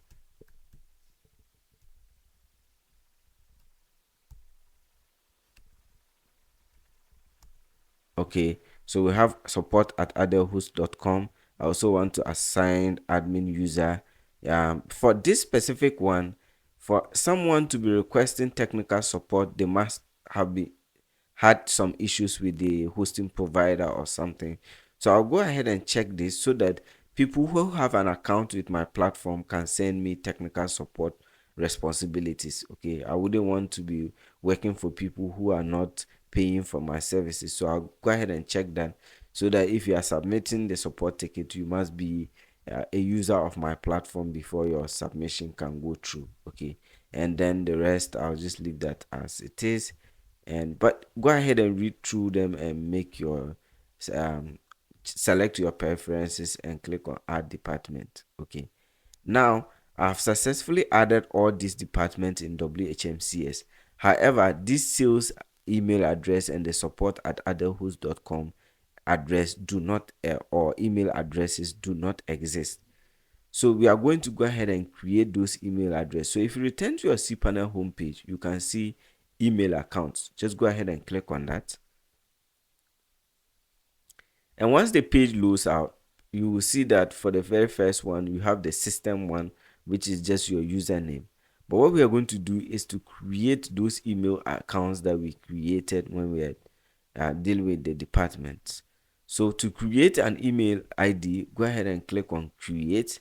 And under this, the username, go ahead and put in the email ID that you are creating. Remember, they already have an extension at your webhost.com, so you don't have to add that in this input box. Okay, so just type the sales, and then what we are going to do is to generate a password for every one of these users. Okay, so I'll go ahead and use their password generator, but if you have a strong password, you can go ahead and paste that. So I'll go ahead and click on generate. As you can see, it's strong, and then I can go ahead and create this email ID. Okay, so I've successfully created that of the sales department email ID. I want to create that of support, so I'll go ahead and click on create, and then I can select support. Okay, so this is for support. I'll generate a password for support, and then I can create that as well.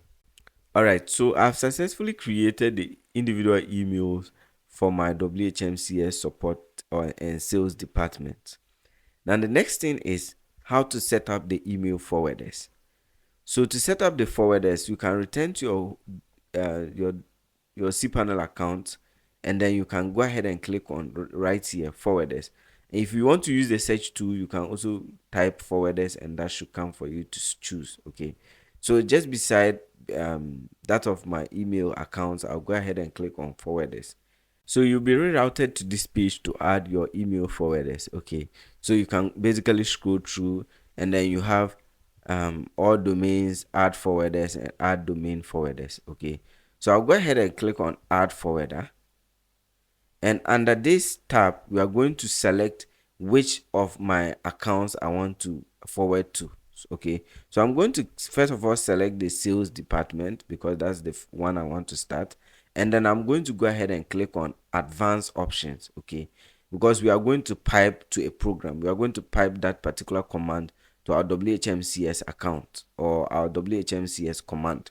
Then I'll return to my WHMCS, and this command right here is what I'm going to copy. Okay, so I'll just go ahead and copy this command, and then once I have that copied, I'll return to where they have pipe to a program, and then I'll paste that. Okay, then we have an error. Let's see. Okay, so there's a pipe character at the end. Just go ahead and take that off, and then you should be fine. Okay, so once you are done with this, you can go ahead and click on what add forwarder. So we have successfully set up a forwarder for that specific what email or support team.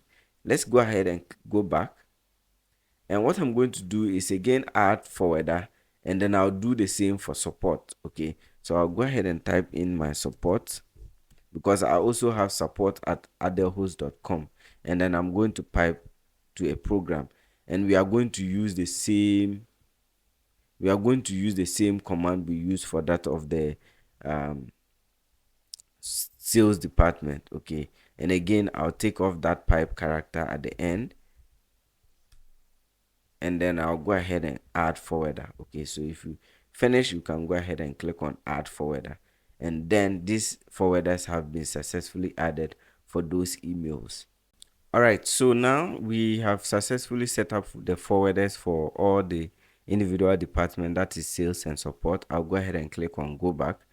And now what I'm going to do is, now that we have set up these forwarders, I want it to be set up in such a way that any email sent to this department, that is if the account is set up in this particular directory, will be able to access that service. Okay, so for sales it's open to the public, for support it is only open to our users. Okay, and that is very important.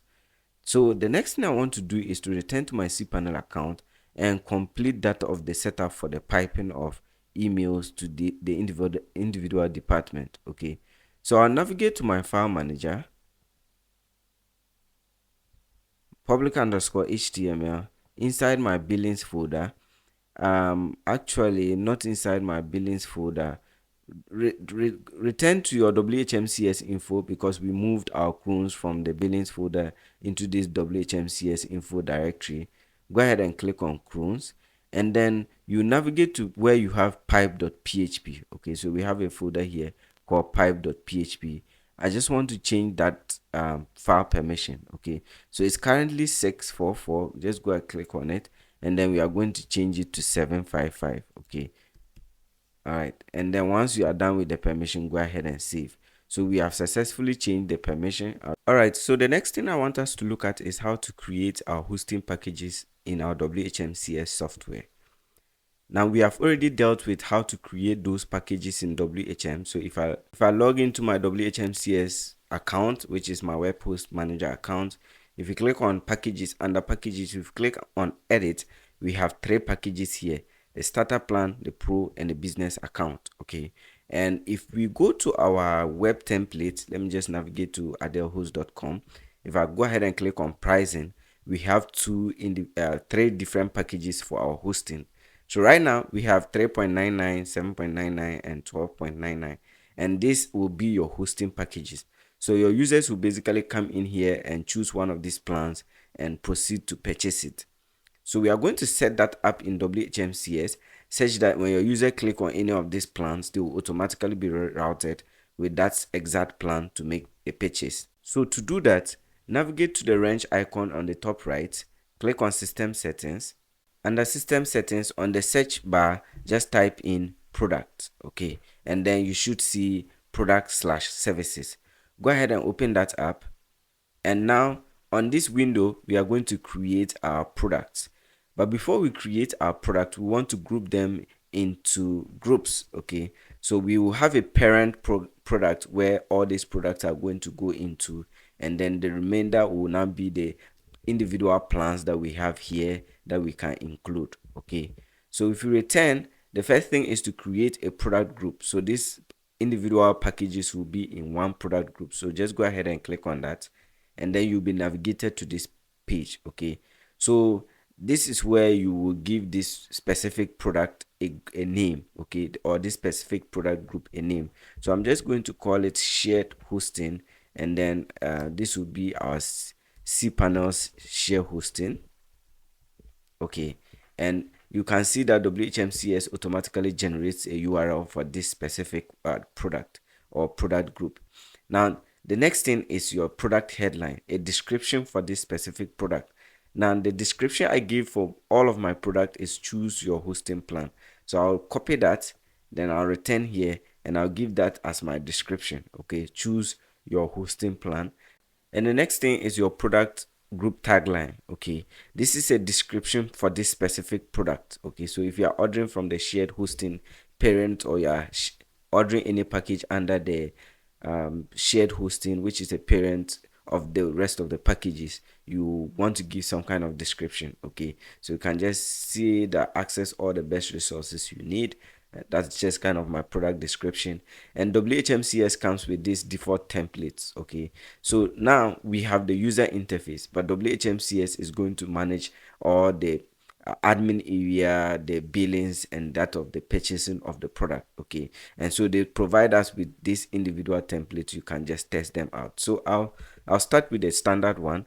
I'll make a video where we'll build our custom admin area and user interface that has the billing section connected to WHMCS API, and then we'll kind of go through that as a different setup in a video. But for now, we'll work with what WHMCS provides us. And now, once you have selected the standard group, you can go ahead and save the changes. Okay. All right, so once we have done with that, the next thing we are going to do is to create the individual packages. Okay, so right now we have created a product group as shared hosting cPanel, and then if we return here, what we are going to do is to then create that of the starter, the business, and the pro plan. All right, so once we are done creating our product group, the next thing we are going to do is to create the specific products. So the individual plans that we have here, the starter plan, the business plan, and the pro plan, and then we will assign the exact pricing as we have here on our package. Okay, so if I return to my WHMCS, and since my package or my product group has been created, I'll go ahead and click on add or create a new product. Okay, and then this window loads up, and automatically I'm on the shared hosting plan. You can select these ones if you are setting up reseller VPS servers. Okay, but for now we are dealing with shared hosting, so I'll be on the shared hosting product type. Okay, and then our product group is automatically selected for us because we are creating ours under that. Okay, for our product name, the first one is our starter plan. Okay, so I'll select that, and then you can see that WHMCS automatically generates a URL for this specific product plan. Okay, now the next important thing is your model. The model will be cPanel. Make sure that is selected, so don't leave it at no model. And then create as hidden. We don't want to hide this particular package to the user, so I'll go ahead and turn that off and click on continue. Now the next page that appears is the setup for your plan. Okay, if you return to your user interface, you realize that this plan offers one website, 10 gigabytes SSD, and then free SSL certificate. Okay, and since we've already set this up in our WHM, we want to set the same thing up in our WHMCS. Okay, but then before we go, there's a product tagline. So go ahead and add a product tagline. I'll just go ahead and put in the purchase our starter plan. Okay, and then I'll give a short description to this specific plan. Okay, so for every one of them you have the same setup. So let's say purchase our starter plan for all your basic needs. Okay, so yes, this is the product description for this starter plan.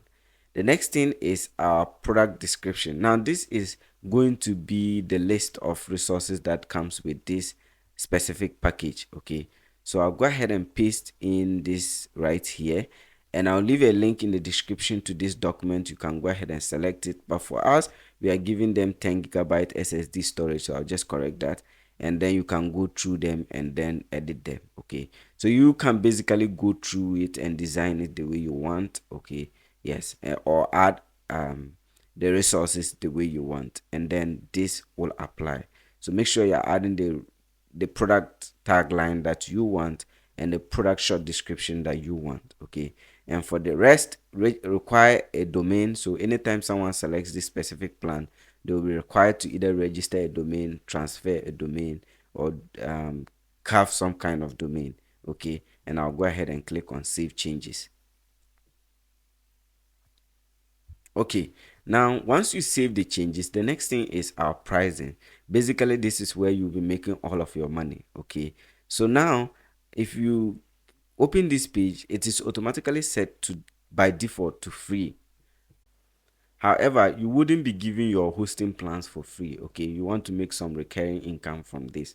Okay, so go ahead and select recurring, and now you have the option of setting this up for monthly, quarterly, semi-annually, annually, biannually, and triennially. The choice of setup is up to you as the provider. Okay, so for me, I'm going to set up the monthly one, which will come at 399. Okay, and then because that's what's on our user interface. Okay, so we are offering it at 399. Now if you want to offer a quarterly plan, you can go ahead and select this, and then you basically multiply, because for every quarter we have how many months? 3 months. Okay, so you multiply this 399 by those 3 months, and then you put the value here. Okay, now if you want to give them a discount per every quarter, you can reduce this value, multiply by the number of months, and then you can put that figure here. Okay, for semi-annually, that would be 6 months. So for every 6 months, you have a value that you want to give to your user. So if I want to set up 399 for the next 6 months, that would be 23.94 US dollars. But then we can give it to them at 23 US dollars. Okay, so I'll just put 23, because it wouldn't be fair if a monthly plan is much cheaper than the annual plan. But basically you can reduce this price. Okay, so let's say I want to give it to them at 3.7 US dollars on a monthly basis. Okay, so I'll go ahead and click on or calculate that value. So 3.7 times of my 6 months should give me 22.2 US dollars. Okay, so basically you can give it to them at 22 US dollars if that is what you want. And then on an annual basis, you can multiply this 3.99 US dollars by 12, and then you can put the value here. However, if you want to give it to them at 3.5 US dollars, if they are purchasing the yearly plan, you can also do that. So 3.5 times of 12. Okay, so these are basic perks they are going to get by ordering in any of these plans. So you should be setting up your application with that in mind. So I'll go ahead and enter that. So for me, I'm giving it to them at 3.5 US dollar when they are purchasing the annual plan. So they'll be buying it at 42 US dollars. Now as the owner, you can always come back here and update. Now you see the setup fees right here. Now you don't want to add setup fee. You are basically charging them to set them up, which is not fair. Okay, they are already purchasing your product, so you don't need to add a charge or a setup fee to any of these ones. And once you are done, and then if you want them to be able to offer it or to purchase it for this package, which is every 2 years, and that of every 3 years, you can also put in these check marks and enter the values for those prices. Okay, and then you are good to go. So once you are done, let's go through the rest. And then we have allow multiple quantities. Let's see, recurring cycle, auto terminate, fix, terminate, blah blah. And I think we are good to go here. Okay, so we'll use the system default, and then we'll go ahead and save our changes. Okay, this requires my password, so I'll enter that and save. So now under this page, our page has been saved. I guess we should see a success message here. And the next thing is our model settings. Okay, so make sure that you are under the cPanel model, and then your server group, just leave it as it is, and then WHMCS business name. Let's say we have the starter plan. Okay, because we are setting it up for our starter. Okay, now when you scroll to the bottom, we have automatically set this product as soon as an order is placed. Okay, and then automatically set up the product as soon as the first payment is received. Okay, so that's what you want to check. You can't be setting up an account for someone just because they placed an order. You want to receive your finances before you proceed to make this do this step. Okay, as you can see, automatically set the product when you manually accept a pending order, and then do not automatically set this order. So if you want to do that when you have accepted the order manually, you can do that. But then if the payment is received automatically, this should check it. Okay, or proceed to set up the product. Okay, and I'll go ahead and click on save changes. Okay, that is a success. Now we have custom fields, we have configuration options, we have upgrade, free domain. Okay, and then we have the rest. Now the free domain, if you want to give this particular plan a free domain, you can do that. But this is important because if someone orders your basic plan, okay, we have one time, which is the monthly, we have the quarterly, semi-annually, annually, and the biannually. Okay, so if you want to offer a free domain for any of these packages, you can go ahead and do that. Okay, so let's say you want to offer a free domain. If the person is buying the annual plan, you can select that. Okay, and that will be a peg to that particular person. And then you can even select the specific domain TLD that you want to offer. Okay, so if you don't want to offer any of these, you can go ahead and leave it. But if you want to offer a free domain on an annual plan, you can go ahead and select that. Okay, I will not be giving any free plan.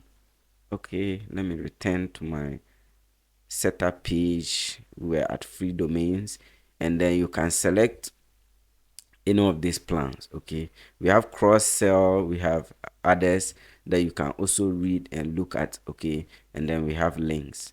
We'll get back to some of these pages in a later section, but for now we'll continue to set up our page. For now, we have set up that of our starter plan. Okay, now what we can do is we can duplicate this product and just rename it, and then kind of edit the description as well as the pricing. Okay, because if you want to go through all of that step again, it's going to take even much longer. So I'll go ahead and click on a duplicate, and then we'll duplicate this product. All they need now is the name. So we have starter, business, and pro. So this will be our business account, and I'll go ahead and click on continue.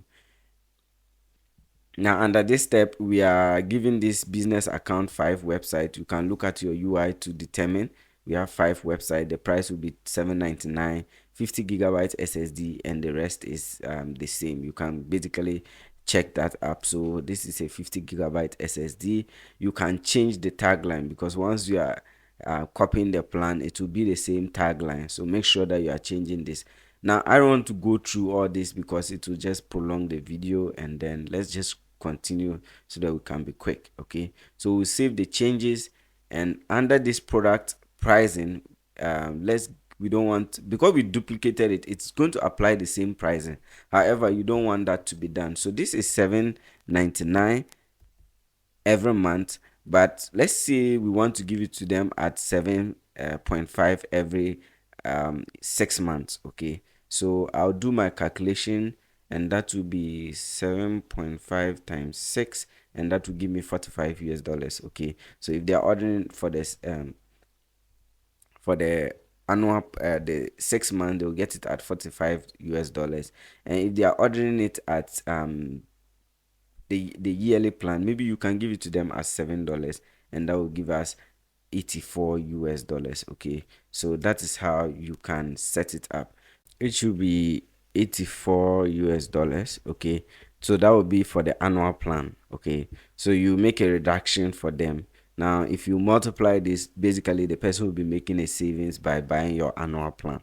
Okay, so you can make sure that you are setting this up correctly. It's basically for you to be able to get customers and kind of lure them in to buy the packages, because they will be saving an amount. Okay, so for the yearly plan, they will be, if they will be saving some amount. Okay, and then for the rest, you can leave them as default, and then I'll go ahead and save. And then we'll go to the model, make sure that cPanel is as selected. This particular WHMCS package name is not that, so you go ahead and select the business one. Okay, and then right here we are already set up for the product to be, or for the setup to be done as the after the payment is received. And then I'll go ahead and save. So now we've added that of the pro plan. We'll return to the rest of these sections later, but let's be quick. And then I'll return to my product list, click on duplicate products. We are going to duplicate one of them, that is the starter plan. Okay, and then I'll go ahead and click and add my pro plan. Okay, so this is my pro plan. I'll go ahead and click on continue, and then we are under our shared hosting starter pro, the pro plan by starter. So make sure you check this product tagline, product description. Make sure you are entering what you want to enter. And for this specific package, let me check right here. We are giving the person unlimited websites. with 100 GB SSD storage. Okay, so let's just say we are giving them unlimited websites, unlimited, and then let's just say unlimited storage as well, because the person has unlimited websites. Okay, so let's give that, and then we are done with this specific product. We will return here, save our changes, and then once we are rerouted here, because we are just duplicating, the pricing plan will apply. Okay, this one specifically was 12.99 US dollars. Okay, so you'll be giving it at a monthly rate of 12.99. Okay, but for the yearly plan, you can, or the annual plan, you have to multiply that by 12 and enter the value here. Okay, so this is our 6 months plan. So let's say we are giving it to them at 12.5 times 6. This will be equal to 75 US dollars.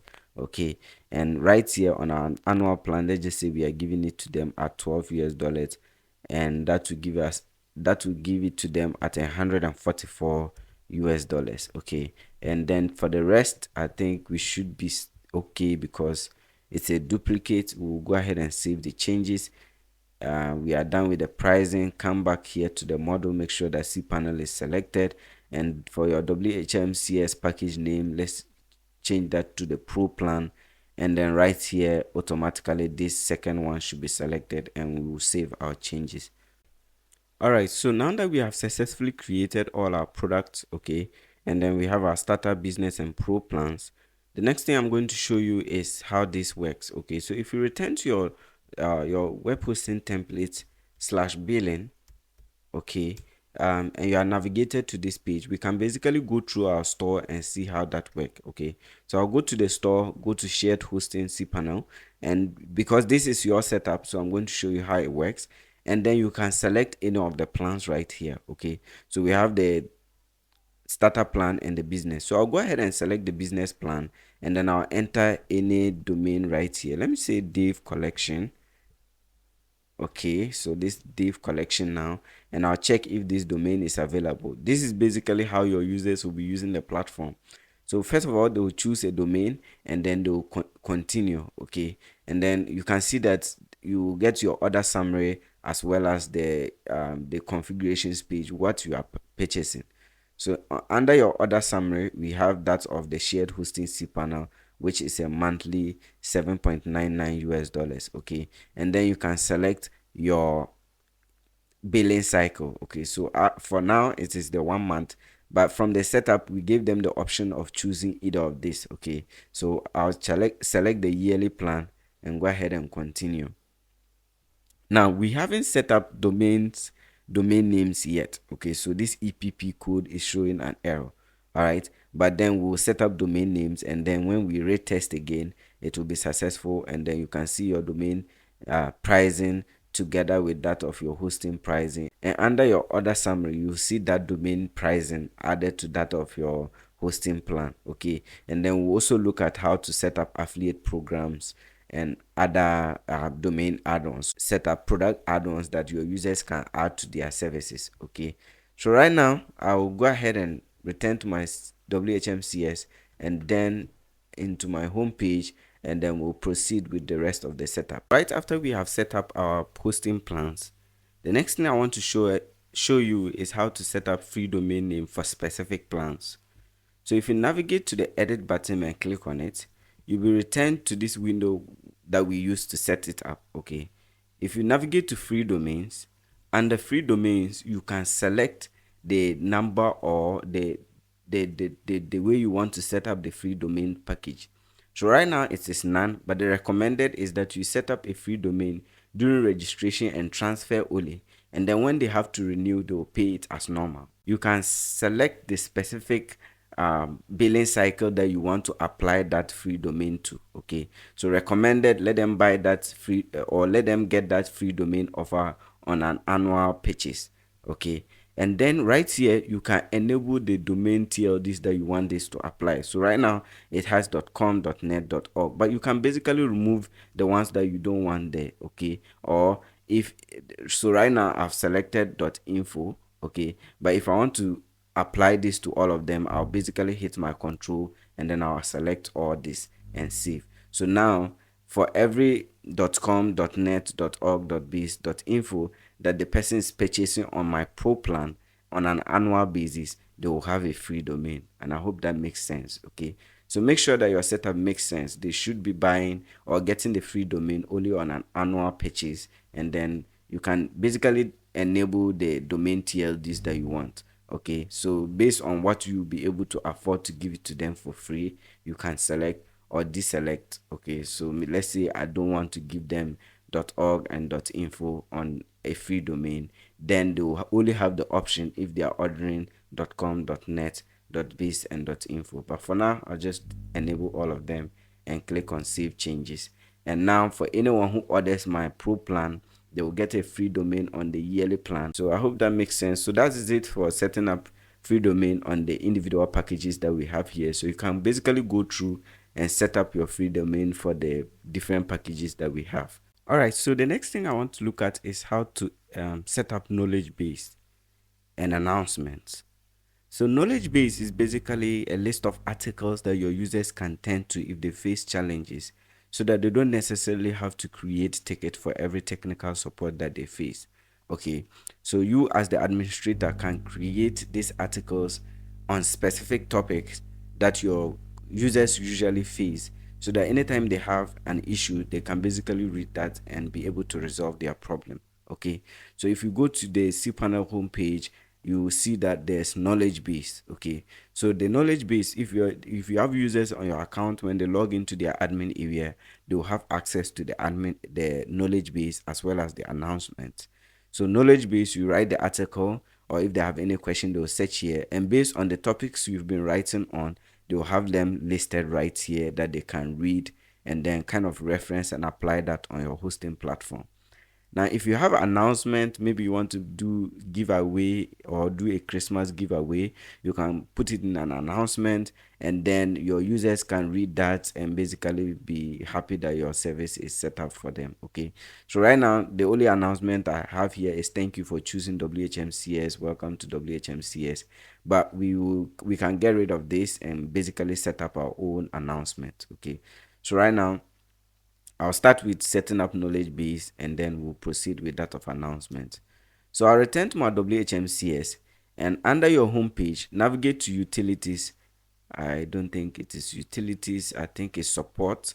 So if you navigate to support and then you click on knowledge base from the list of drop down, you'll be rerouted to this page where you can add your knowledge base.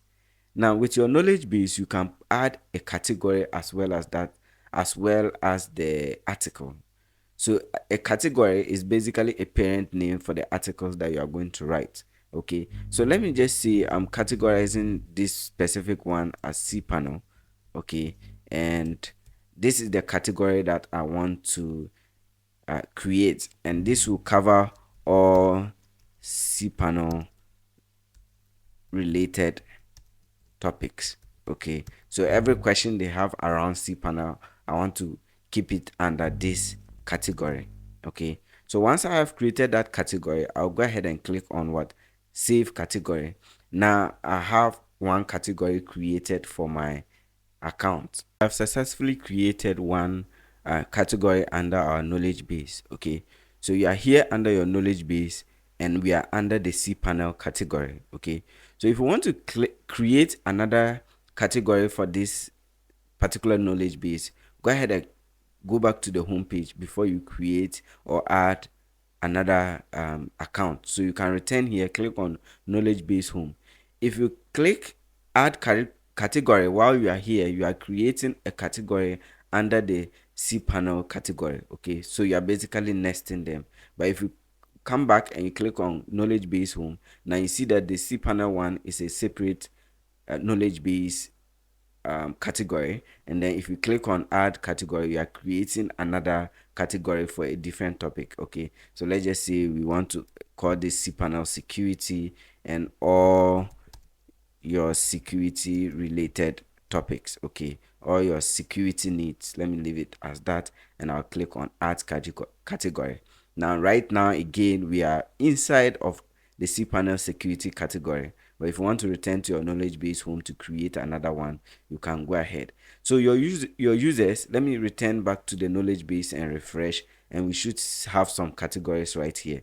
Okay, so right now we have the cPanel category and that of the cPanel security. So if your user was to come in here and see this, they can basically open it and the article will be right there for them to read. Okay, so I'll return back to my my WHMCS software.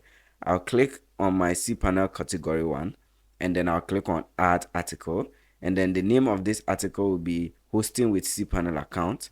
I'll click on add article again, and then I'll have the option of choosing which of the categories I want to place it under, which I already selected, which is our cPanel category. And then right here there's a text editor provided for me where I can paste my article. Okay, so I already have one article generated. You can also generate your article from maybe using any of the AI platforms, and then basically read through and make the corrections, and then you can publish that for your users. Okay, so now I have this article written, and then you can add tags. Okay, so you can add cPanel as a tag. Okay, and then enter. You can add hosting as a tag, and then you enter. So this is just a blogging application for you as the user. Okay, and then you can basically put in the number of views, number of votes or upvotes, and you can put in 40, and then you just kind of enter some random information here, and then you can save the changes so that your users will have access to this information on the other side. So if I go ahead and save, now I have one article under my cPanel category. If I return to my web hosting under the billings, now we have a hosting with cPanel subject, and if I open it up, there's a blog post here. You can like, dislike, and whatever. Okay, so that is how you add knowledge base to your cPanel account.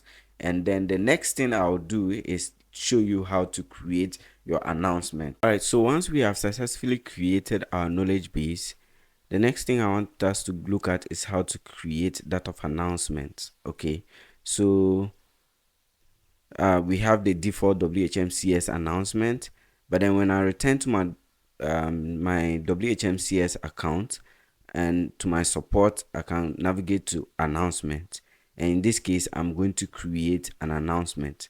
You can also get rid of the default WHMCS announcement. So if you click on this icon, you can go ahead and remove that announcement from the list. Okay, now add a new announcement. So if you go ahead and click on add new announcement, and then here let me just call it Christmas bonus. Okay, let's call it Christmas bonus. And this Christmas bonus, I am giving, let's say we are giving a 1 month free hosting to all our users. Okay, so let's just say this is the announcement I want to make. So, and this is the date I'm making that specific announcement. The title is a Christmas bonus. Just say that you want to give them a 1 month free hosting on the Christmas day. You can do that. So for those who will see this announcement, they can go ahead and have access to the free hosting, okay, for 1 month. And then if you are offering this to all your users because they are already on your platform, automatically you extend their hosting package deadline by 1 month because you are giving them a free hosting on Christmas. Okay, and then the next thing you want to do after you have written that is to click or check this published check mark. If you don't, the announcement will get created, but it will not be shown to your users. So make sure that this published check mark is checked, and then now it's multilingual, so all these languages will be available for your users to translate the message into, and then you can save the changes. Okay, so once you see this success message, that means our changes has been successfully saved, and I'll return back right here, and then I'll refresh my account, and I should see this new Christmas message. Okay, so it's right here. It's a Christmas bonus, and we are giving out a 1 month free hosting to all our users. Okay, so that is how you can create announcements. So we have dealt with creating that of knowledge base as well as announcement, and then we will proceed with the rest of our reseller hosting, or we will proceed with the rest of our shared hosting setup. All right, so right after we are done with that of our WHMCS security setup, the next thing I want us to look at is our WHMCS cron jobs. Now, these cron jobs are scheduled tasks that are going to run behind the scenes and kind of manage your system without you manually intervening. What I mean is, let's take for example your user's account is closer to expiry. The plan they choose has gotten to its expiry point. Your system, when set up correctly, can basically send that kind of billing reminder to that particular client so that they can make the payment. Okay, now you can also set this up in such a way that it can even suspend a user's account without you directly coming in and suspending that user's account. So the question is, how do we even set this up so that it runs appropriately like that on the back end? Now, to set up cron jobs, the first thing you see is this part of your application. If you scroll down to the top, the bottom right, you have last automation run is never, and then that needs attention. Okay, so we are going to look at how we can set up cron jobs. But before we even continue, I think I have a lot of tabs open here. Configurations.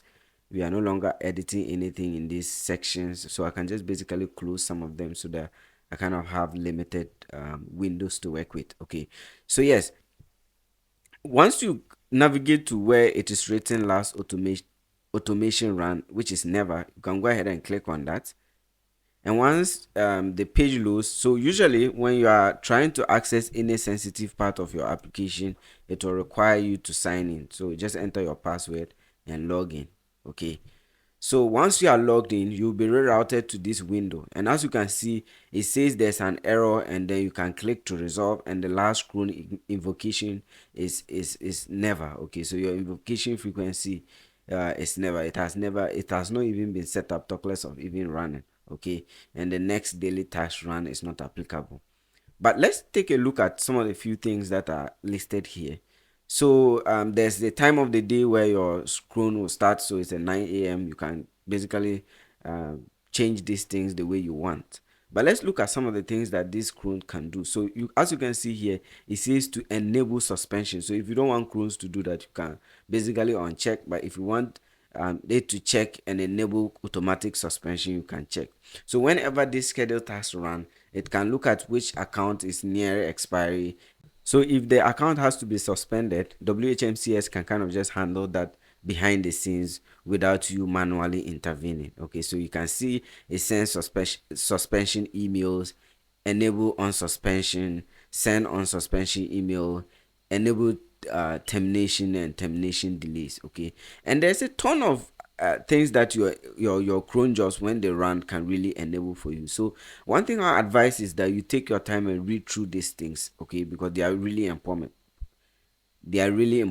Okay, so we have your payment reminder email, invoice unpaid reminders, first overdue reminders. So WHMCS can really just handle a lot of the basic tasks that you'll be running as the owner of this web application or reseller or shared hosting reseller program. Okay, but let's look at how we can set this up. So I want you to read through them and kind of just take those that you want to enable. If you want to go through the entire list, this video could be much longer than I intend it to be. Okay, so to resolve this error, go ahead and click on check error or check and resolve. And then if you are navigated to this window, you see your cron status, and cron setup is none, is marked as X.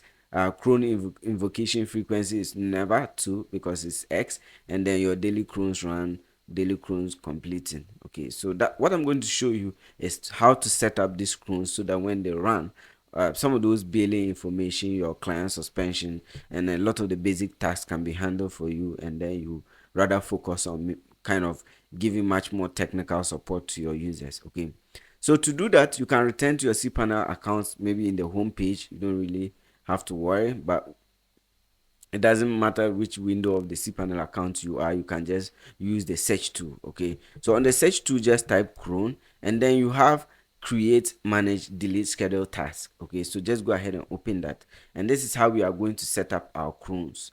So once you are here, you have my username, and then when you scroll to the bottom, it says add new Cron. Okay, so we are going to add a new Cron. Now there are some settings you need to apply. That is how many times in a minute or in a second you want this schedule task to run. So you have to set a cron invocation frequency, the number of times you want this particular cron to run. So that's the starting point. So first of all, you click on this, and then let's set our cron invocation frequency to every 5 minutes.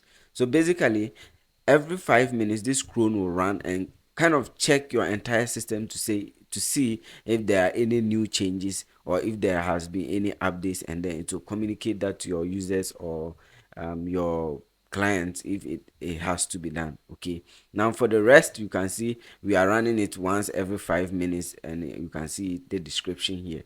So just leave the rest: hour, day, month. You don't want to be running your crons in hours, days, and months, and even in weekdays. Okay, now the last part of this is to run your crons. So you have the cron command.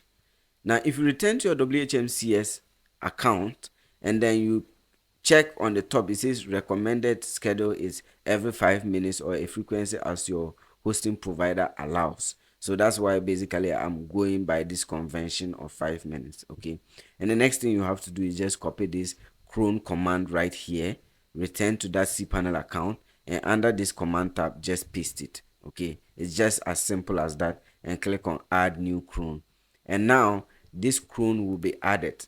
So this, we are successfully connecting this particular cron with our WHMCS because it is the same command that WHMCS is recommending that we run. Now you realize that we created an account. Okay, now you understand why WHMCS is smart, because when we created WHMCS info, we moved our crons folder into that directory. Okay, and then this command was updated based on our setup. I don't know if that makes sense. Okay, now we set our cron frequency to every 5 minutes. So even if I reload, we shouldn't see any effect because we expect this cron command to run in the next 5 minutes. So we will check in the next 5 minutes and see how our cron runs, and we should get some check marks here indicating that the cron command was successful. Right, next we are going to carry out some general settings on your WHMCS. Now we have already done that of WHMCS security, and what I'm going to do is navigate to the wrench icon, okay, and navigate to system settings. Under system settings, click on general settings, and now anytime you try accessing any sensitive area of your WHMCS, you have to enter your password. So just go ahead and enter that password and log in. Okay,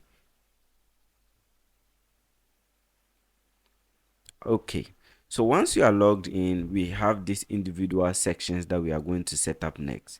Now first of all, you have your general settings, and the first thing you see is your company name. Now if you have any random text here, you might have to change that to your company name. Mine, I have Adele Host, and your system email. So your email here, I taught you how to create email IDs in earlier sections of the video. So you just create that email ID, admin@adelhost.com. Your domain, you paste your domain URL. Now some of these fields should be automatically filled unless otherwise there's some random text, and then you just have to update it with your web hosting domain name or URL. And if you have a custom made logo right here, you can probably host that logo in your Google Drive or somewhere online, and then you can just paste the URL here. Okay, in which case anytime your application load, this URL or this logo will be available on your application right here. The next thing we are going to do is you realize that we have some text right here just for your address. So just go ahead and put in your address. As you can see here, mine is Accra, Ghana, and leave your system URL. Mine is /billing, and if you now this /billing is the billings folder we created in our cPanel account where we put all of our WHMCS software. Now, if you name this differently, you will definitely see a different URL here. Now, whatever you have your domain URL slash that folder name. System team, I don't know what is on your system team, but if it is anything like 21, please change it to 6. Okay, and then the rest of the things you can just leave them as it is and just click on save changes. All right, so once you see this success message, the next thing we are going to do is to go through localization. Now, in localization, make sure you leave system char set to UTF-8. Don't change anything. If you want to change your date format too, you can just click on this and then you select the format that you prefer. Now, based on your region, you might have to select the commonly used date format in that region. Okay, and then you can also select a format for your clients. You can select your default country, your language. Now you have to enable the language menu. Okay, so if you have people accessing your platform on other non-English speaking environment, they will be able to change the system language. Okay, so you see, allow users to change the language of the system, so you make sure that that is checked. If you want to enable dynamic field translation, you can go ahead and check that. Okay, now leave everything as it is again and click on save changes. All right, so again we have a success message. Go ahead and go to ordering. Now if you go to my web page right here and then you go ahead to the store and go to your shared hosting. Now this is a list of the products that we currently have, and then we'll look at that. Okay, we already looked at how to set up products in your WHMCS and that of your WHM, and how to connect the two softwares. Now in this case, let's get back to our WHMCS settings, and you have some default order form templates. Now you can use any of these order form templates. The one that I am currently on is the standard. Now if you want to look at pure comparison, you can select that. Let's just test that so that you kind of see how it looks like. So once you select that, click on save changes, and once the page load, return to your page, and this is my hosting slash billing. Okay, now you in case you name this differently, your URL to access this platform will be very different. So go ahead and refresh, and now as you can see, that format is being applied on this particular billings page. Okay, so you have your Go Basic, Standard, Go Unlimited, and you have the individual plans listed in this format. Now I enjoy the standard one. There's also a Go Premium comparison, so you can select that and save, and just keep testing these templates out until you have one that you like. Okay, so for this video I'm going with the standard cut. Aside that, if you want to enable the sidebar toggle option, you can go ahead and enable that, and make sure you enable the terms of service acceptance. Okay, so you have enable TOS acceptance. Now in this case, when users sign in, they have to agree to your terms of service before they proceed. Now if you have a custom made terms of service URL, you paste that URL right here and then you proceed with the rest of the video. We have auto direct or auto redirect on checkout. This allows your users to your system to automatically forward the users to the payment gateway, and then they can complete all of their purchase process. Okay, and I think that is it. If you this is all okay, let's see. You wouldn't want to skip fraud checking, so make sure that is disabled. No invoice emails on order. So if you don't want to send invoices to your users on order, you can check this. Okay, aside that, everything is okay, and then you can go ahead and click on save changes. All right, so the next thing we are going to look at is our domain names. So for domain, your domain registrations option, make sure these three are checked. Okay, now this will allow your clients to register domains with you, allow clients to transfer domains. And when we look at the domain, we look at how to spotlight your domain and enable features that allow these transfers, and some other domain registration policies that you can enable when you set up domains. Okay, now auto renewal, make sure this is checked, and I think that is it. You can go through this list pretty quickly. Okay, and then we have our name servers. Now this name servers are in the initial signing of WHMCS. We set this name servers. Now this is our custom name servers. All right, so we will leave that. Now if you want, you can copy the Makigo host name servers, but it basically used it to create name servers on our site. Okay, and you select your default country, add your phone number right here, and click on save changes. Okay, now let's move on to mails. And here we have PHP mail. Now this is just SMTP. Now in this case, PHP mail will work just fine, so you can leave that. And then we have your global email signature. Now this will be seen by any email you send. Okay, so this will be added to any email. So this is going to be default. So for every email you write, this will be added, and then you don't have to go ahead and write best regard at adelhost.com.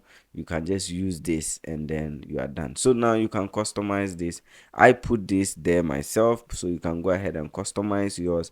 Yours may not have anything at all, and then you should make sure that is done. Now you can skip all of this unless you understand how to change your client email headers. Now you can read through the code right here. It's HTML with some CSS, so you can read through it, and if you want to make any edit, you can go ahead and edit. So you can even experiment with it until you have the template that you so prefer. Now with our system email name, okay, don't leave it at WHMCS completion solution, okay, or WHMCS complete solution. So what we are going to do is I'm just going to change this to Adele host. So you can change that to your name. Now this is the email, the system email from the name. So now anytime there's a system generated email, it will be sent by this Adele host and not WHMCS complete solution. Okay, and then we have our emails from mail. Okay, so now for every system email that is generated and sent to your client, you want to make sure that there's a do not reply, so that your users don't reply, or your users do not reply to any system generated emails that were sent to them. Okay, now for pre-sale form destination, make sure you select the sales department or the department. Now we did earlier, or we went through how to set up department in your WHMCS software, and then you enter your sales at whatever your domain name is .com. Or once you create these email IDs in your cPanel account, you have access to them, and then you go ahead and click on save changes. All right, next we go to our support. Now for support model, make sure you are using the WHMCS built-in system. So leave this as it is, and we have you can leave this also as it is. We have our support ticket mask format. Leave it just as it is, or our ticket reply list order. So if you want from oldest to newest, you can leave it. In this case, I want my my tickets to appear in the newest to the oldest. Okay, so or if you want to reply to your tickets in the order of how they came, so you can go with oldest to the newest. Okay, and I think that is it for this particular section. But if you want your clients to be able to reply to tickets without necessarily logging in, you can go ahead and uncheck this. Now if you check this, it requires that your clients log in for viewing tickets assigned to any client, so they have to be logged into their client area in order to view. Yes, so there's a lot more here that you can read. This file format, I think you can just leave it as it is. You don't have to do anything about it. Okay, and go ahead and click on save changes. For invoice, let's see, what do we have to change? There's nothing much here to change, but let's look at looking at late payment. Okay, so if you want to apply a fine to anybody who is performing a late renewal on their account, you can go ahead and do that. So there's a percentage charge, and that of a fixed amount. Now you can select a fixed amount, and then you can put in that fixed amount. In this case, I selected the percentage, and I'm saying that okay, now anybody making a late payment to make, it will pay an additional fee of 10% of whatever they are required to pay. And then you can enter your late fee minimum and then go ahead and check. Okay, so if you want this added, you can go ahead and do it. If you don't want, you can just put 00 inside. For your credit cards acceptance type, leave those as the default. And let's see if there's any other thing we need to check. Let's go ahead and click on changes, saving the changes. So right after we are done with that of invoices, let's move on to the credit system in WHMCS. Now what this does is you allow your clients to have credits in their account, and so anytime their service deadline reaches and they have this credit amount, they'll auto renew with that credit. Okay, so now if you want that enabled where clients can make a deposit onto their account and then ahead of when they have to make a renewal, and whenever that is available or whenever they have to make a renewal, they can go ahead and just use this credit amount. So if you want that enabled for your web hosting business, you can go ahead and check that, okay, to enable adding of funds by clients from the client area. Now you can set that of your minimum deposit and your maximum deposit, as well as the maximum balance that a client can have in their account. Okay, so I don't know how your services are set up, but you will use your services or maybe what the user is ordering to kind of set a reference point to be able to set these values. Okay, so maybe if the cheapest plan you have is $10, you can say okay, then the minimum amount that they can deposit is like $12 and the maximum $200, but they should have a balance. They can only have a maximum balance of $300, and so anytime their package ends or the reaches its expiry, since they have credit, they can use this to automatically renew. All right, yeah, so that is it for the credit area. Just use your own discretion to set your values. And we have require active order, requires an active order before allowing add funds.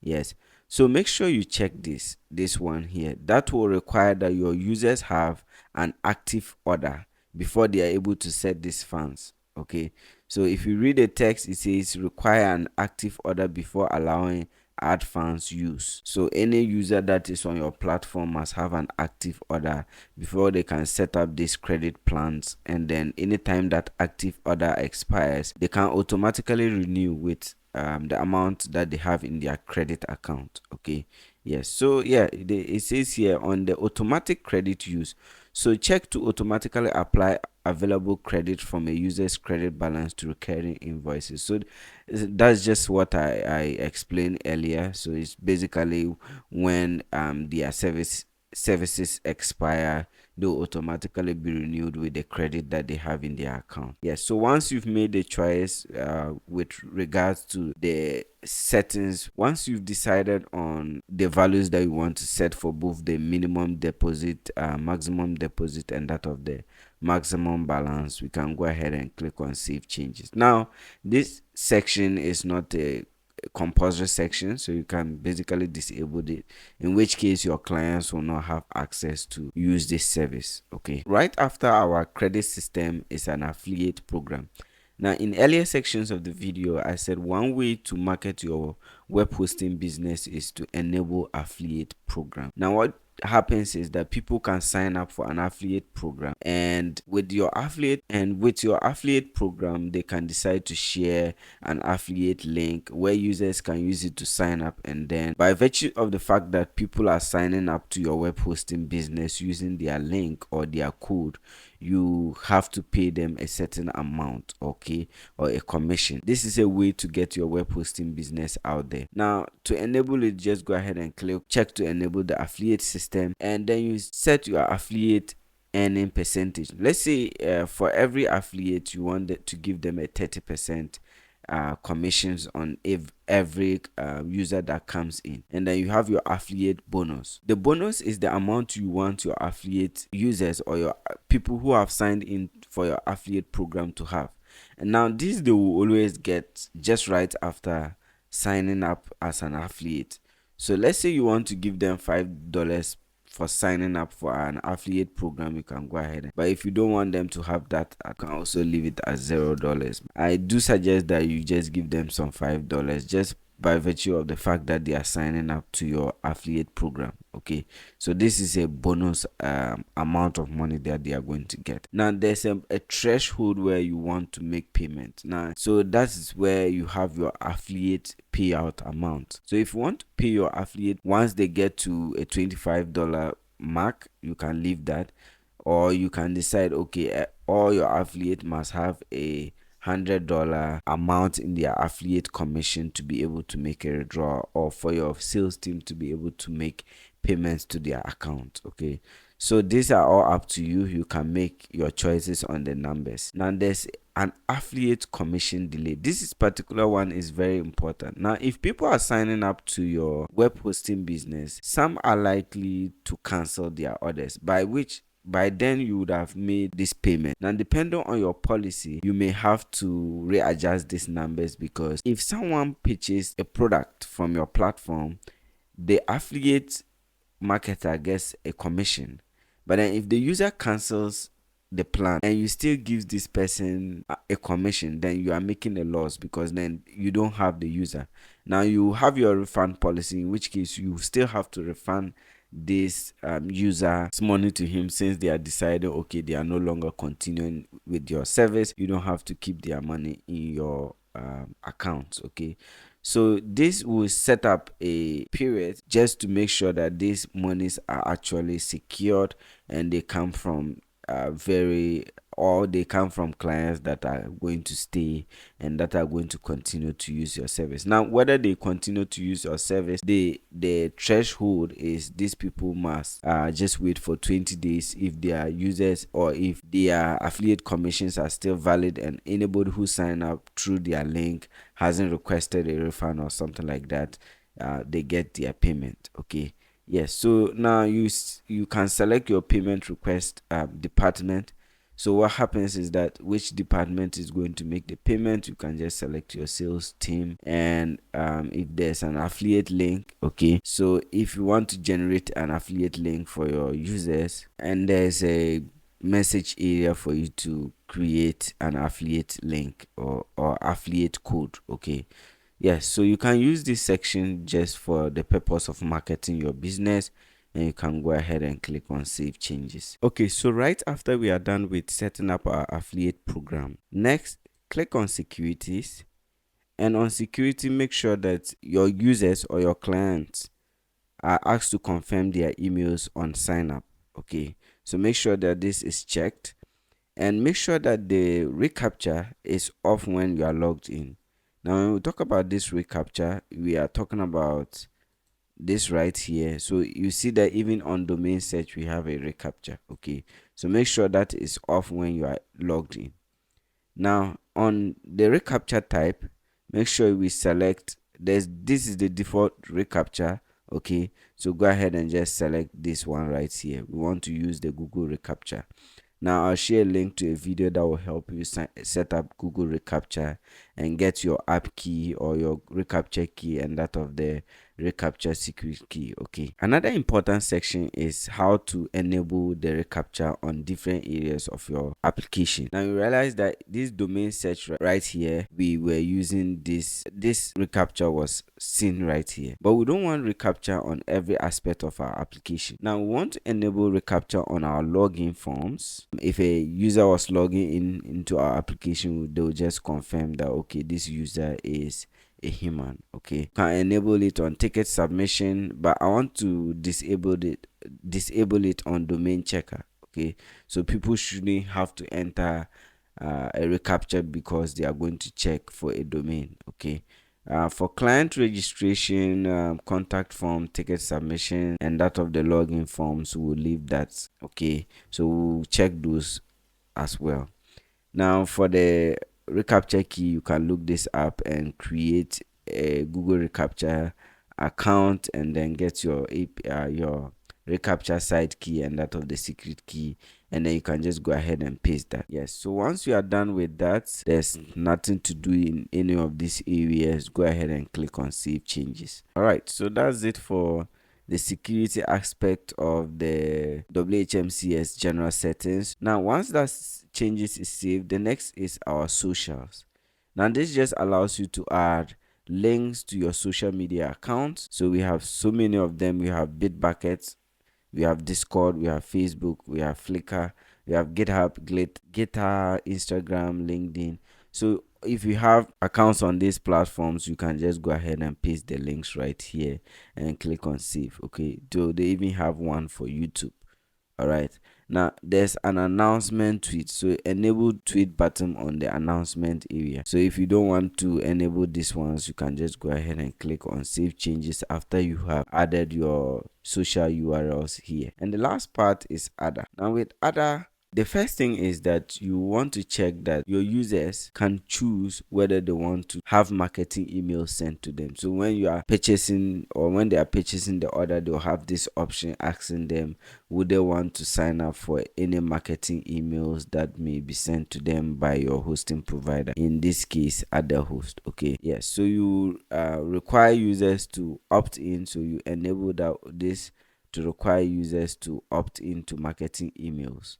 But if you don't want that, you can just disable it. By default, to opt in and allow users to uncheck the box to opt out. Okay, so if you enable this, they will be opted in by default, and then if they don't need it, they can go ahead and uncheck it. For your marketing email opt-in messaging, you can also customize this. Okay, so the text here says we would like to send you occasional news, information, and special offers by email.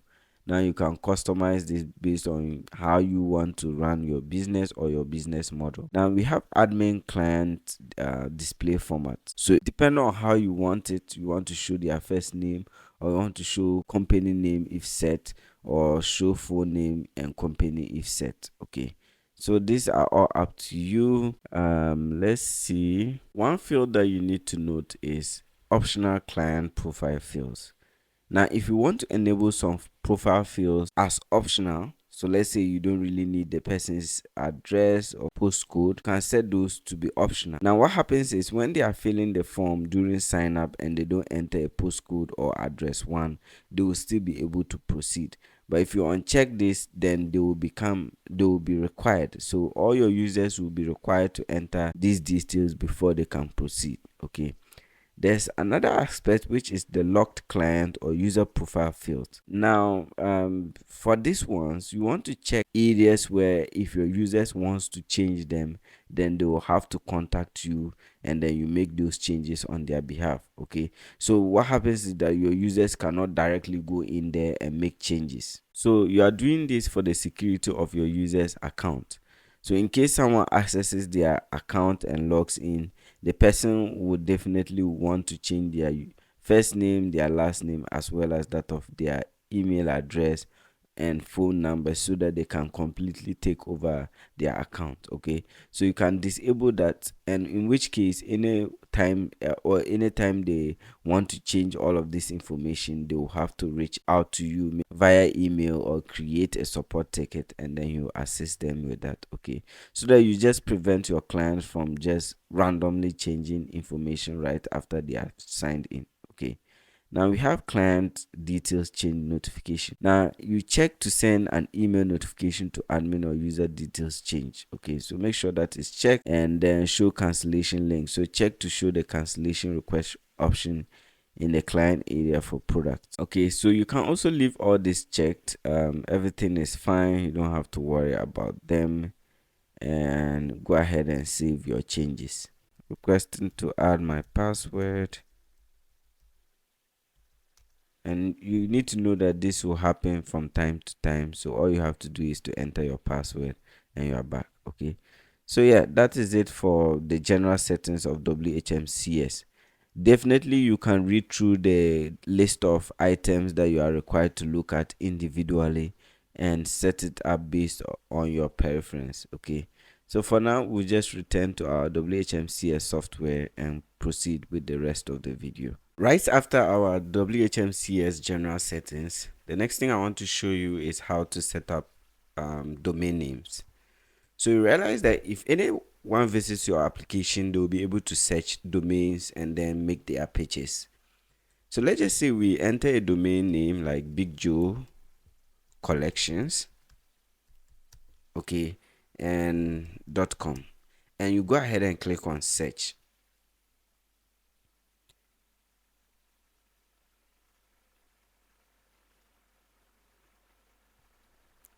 Okay, so Big Joe Collection right here, if we search, we have right here that bigjoecollection.com is available. So once you have this, you can go ahead and add to cart and then check out.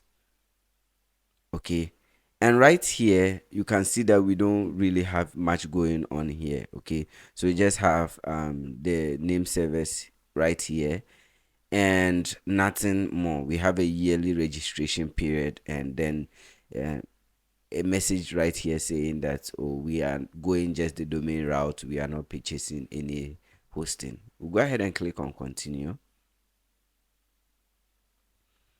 and right here you see that your users can apply a coupon code and then check out.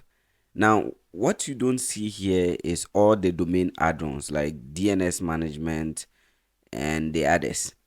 Now what I'm going to show you next is how to spotlight your domain names and even add more domain names.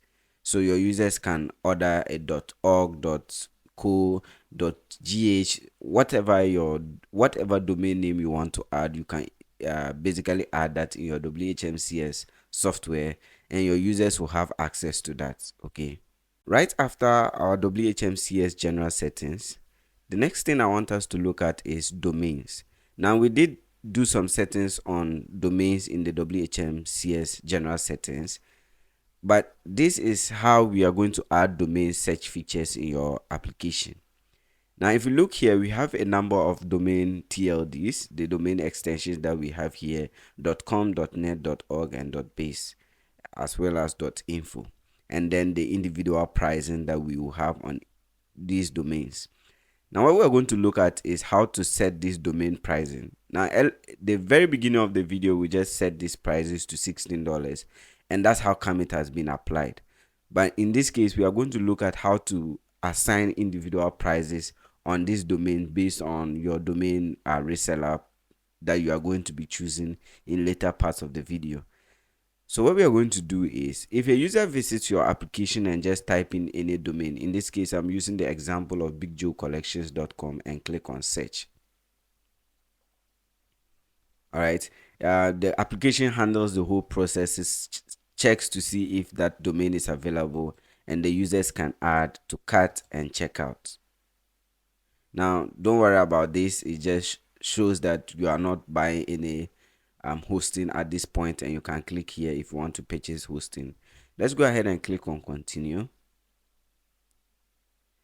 And I also spoke about the fact that you can add domain extensions or domain add-ons, which are like DNS management.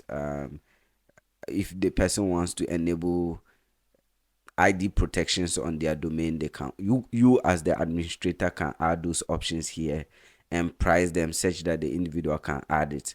Now right here is just the domain, but if you had enabled DNS management as well as ID protections, those will also be available when the user is registering the domain, and then they can add all those things and then check out. Okay, so what we are going to do is return to our WHMCS software and just carry out that process.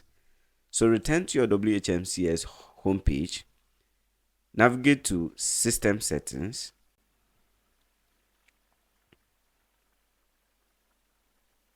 Okay, so right here in System Settings, go ahead and click on, type in domains, and then you have domain pricing. Click on domain pricing, and right here you have your domain TLDs. Okay, go ahead and click on this bulb icon, okay, to spotlight these domains. All right, now that we have these domains spotlighted, enable DNS management, email forwarding, ID protection, and EP code. Now leave this EPP code checked. Now this is to ensure that your users can perform all of the domain transfers if they have to transfer their domain from one hosting provider to another. So make sure that this is checked. So these are all part of domain name policies. So make sure these are checked. Go ahead and check domain DNS management on all your domains. I'm just going to do that. And then as well as email forwarding. So just check email forwarding, DNS management, and ID protections. Now this is different from the add-ons, the domain add-ons. So for every extension, if you want to enable DNS management, email forwarding, or ID protection on them, you need this checked as well. Okay. Now the next thing is how to price the individual domains. So if you click on pricing, now you have the option to price this domain. So you enable the pricing for this domain for both the registration, transfer, and renewal. So right now we have the registration fee. Go ahead and click on that of the transfer and then the renewal. So these are the checkbox for you entering the values for the individual sections. So just go ahead and click. So in this case, registration is $16. If you are transferring, is the same amount, and if you are renewing, is the same amount. Now, if you want users to be able to buy domain for 2 years straight, so you can go ahead and check this and then enter the price. So if you are selling it at $32 for a year, you can just, so it's $16 for a year. If you are doing that for 2 years, that will be times 2, that will be $32. Okay, and this will apply to all the domains. So you can go ahead and do that for all the domains so that we don't prolong this video, and go ahead and click on save changes. Okay, now we can return to our WHMCS and let's price .NET differently so you can see how this takes effect. So let's go to .NET and let's give this a $17 price for registration, and then 17 here for renewal. We want to do it at 17, and in this case I don't want people to buy the .NET domain for 2 years, so we just leave it as it is, and then anytime it expires, your users would have to order a domain every year. Okay, and let's save changes. Now if we return here to, let's say, register a new domain, and you can see, because we've spotlighted those domains, you can see that we have them here, and now they are different prices. So this is going at 16 and this goes at $17. Okay, and if you come in here to the list, you should still have them here. Okay, let's return to our WHMCS software. Okay, so let's look at how you can add domains to your already existing domain TLDs. So if you want to include a domain, go ahead and click on this, and then let's say you want to add this domain right here, .us. So go ahead and click on that, and you can just enable DNS management, email forwarding, and ID protection, as well as the EPP code on this domain, and go ahead and click on save changes. Now this domain TLD gets added to the list right here. Okay, and once you are done with that, you can just go ahead and enable that of DNS management, which should be $5. You can price it whatever amount you want, just an extra way for you to earn some money on the side, because your users registry may want to protect their personal information from the public, so they will purchase ID protection, and then you make some money by enabling ID protections on their domains. Okay, once you are done, go back to the cart right here and Big Joe collection. Once you are done and you have saved the changes, return to the page right here, and then you should have this added. Now you've seen that we haven't added a price to this .us domain TLD, so let's just go ahead and do that. So click on pricing and just give this, and give your .us domain TLD a price. Okay, so I'm going to sell this at $20. Now these prices will depend on your domain reseller, so don't worry, this is just for the purpose of the tutorial, and go ahead and click on save changes. Okay, so now let's return to our home page and let's refresh, and there we have our .us domain right here at a 1 year price of $20. Okay, and then if you want to add a 2 year pricing, you can do that as well. Now let's make sure that we spotlight this domain as well. And so once you spotlight, you see that it's the domain TLDs have been spotlighted. That is, those that have been spotlighted are listed here. And save the changes again. All right, so once we are done, let's go ahead and click on here and let's order our Big Joe Collections domain again. So click on search, and right here it's available. Now add to cart and check out. So on checkout, now you have the options of adding these domain add-ons to your package. Okay, so your users who will be visiting your application will have the options to add these domain add-ons to their package. So we have $5, we have for $5 for ID protections, email forwarding, and DNS management. So I'm just going to go ahead and check this and check that as well. And right here, click on continue. And all of those prices will be added to your domain that you are purchasing. Okay. Now, when you are ordering, when an individual is ordering hosting, we spoke about how to add coupon codes where they will use a coupon code to get some commission of hosting, but usually domain name and DNS management or ID protections do not affiliate links or commission codes do not apply to these extensions and domain names. Okay, it will only apply to your web hosting package depending on the period the person is purchasing for, and then you can go ahead and check out. Okay, so this is how this will work. So this is about it on creating domain names or adding other domain extensions to your web hosting business, enabling a domain add-ons on your web hosting packages, and then saving. Okay, so next we will proceed with the rest of the video. I hope you enjoyed it. At this point, I'll say you should take a break. Okay, take a little rest before you return to the video.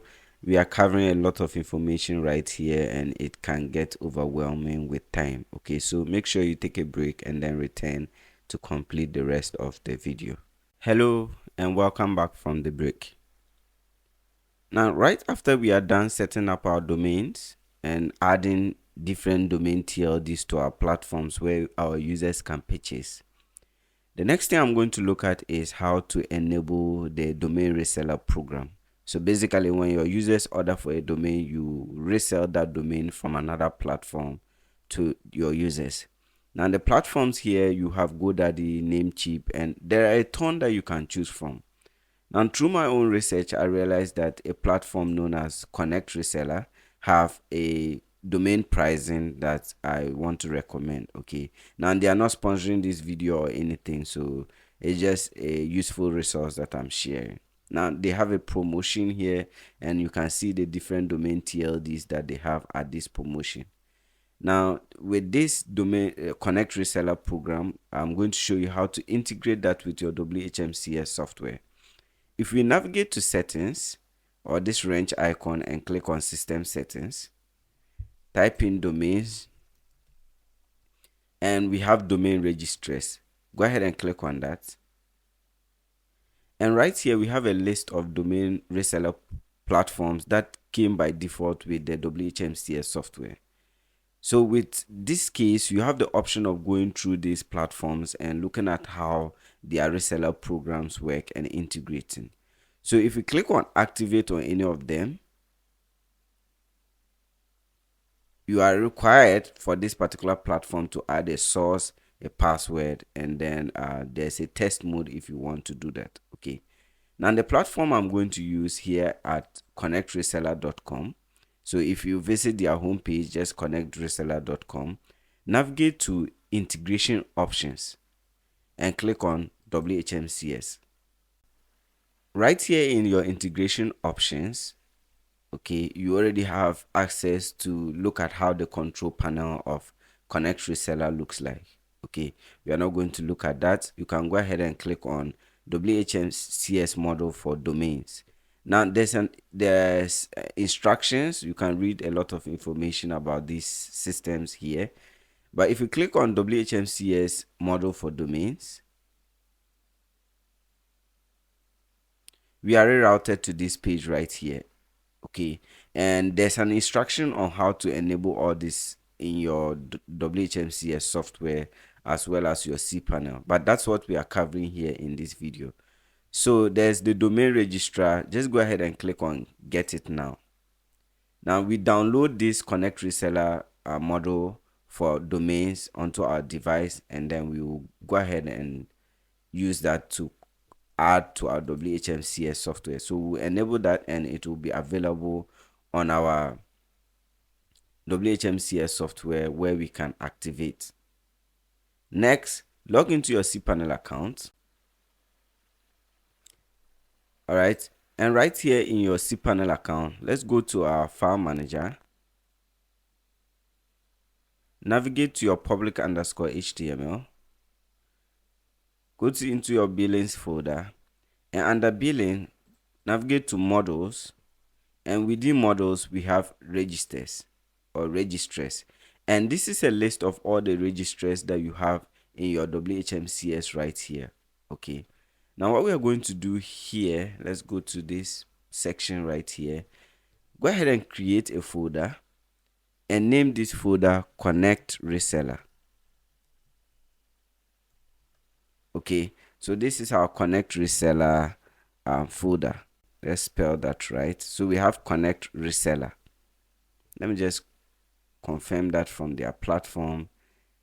We have ConnectReseller, and let's back to my cPanel account. So name the folder ConnectReseller and click on create folder. Now we have a folder in our registrars folder called ConnectReseller. This is where we are going to be uploading our ConnectReseller model. Right here on my desktop, I have ConnectReseller right here. So I'm going to extract this folder. And after extracting, if I open this folder up, I have the ConnectReseller.php and the logo.gif. Let me just expand that. And what we are going to upload here is the ConnectReseller.php and that of the GIF logo. Back here in our cPanel account, open the ConnectReseller folder. And right now it's empty. Go ahead and click on upload. Click select file. And right here we want to upload our ConnectReseller folder. So just go ahead and select that logo and that of the ConnectReseller.php and click on open.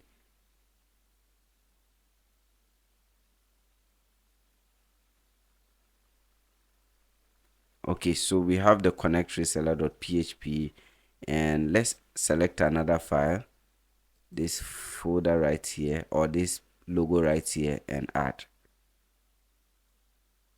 Okay, so once the upload is complete, go ahead and click on go back. And now we have our ConnectReseller.php and our logo.gif. Let's return to our WHMCS software and let's reload. Okay, now if we scroll to the bottom, we have ConnectReseller. So we have an additional domain reseller program added to our WHMCS software, the list right there.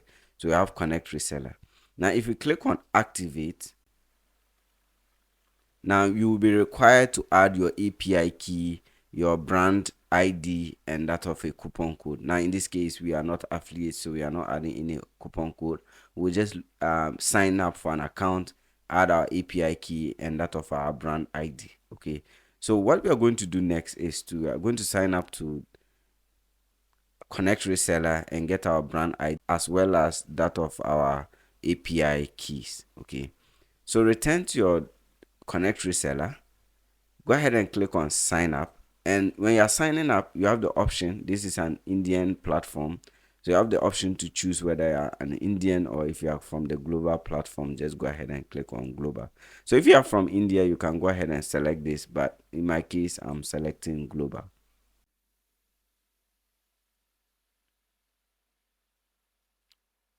next, what we are going to do on the sign up page is to just enter our name as well as our email.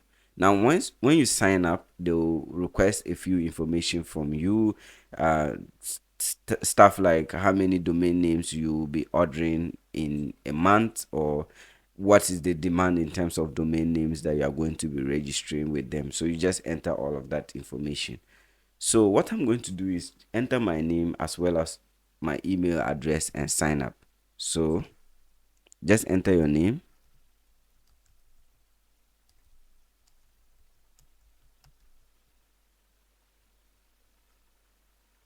and your email. Okay, so enter your email address, and once you are done entering your email address, click on sign up. Okay, so now we have this message right here say welcome to ConnectReseller, and an account activation email has been sent to you. Okay, so ConnectReseller has sent us an email for us to verify.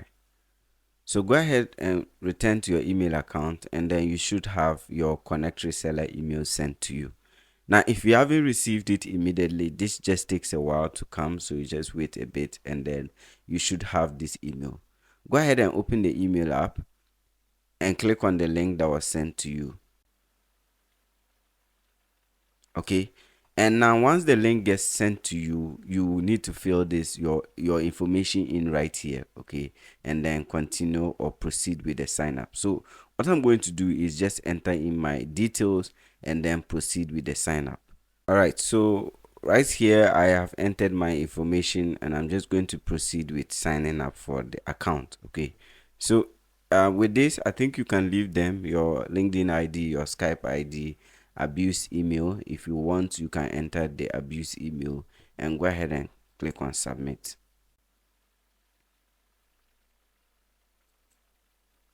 All right, so now at this point, once you submit your sign-in info, you'll be required to enter your username or email, and then you can enter your password to sign in. So I'm just going to enter my email as well as my password and just sign in. And right here we have our ConnectReseller account ready. Now what we are going to do is, this is the home page of ConnectReseller.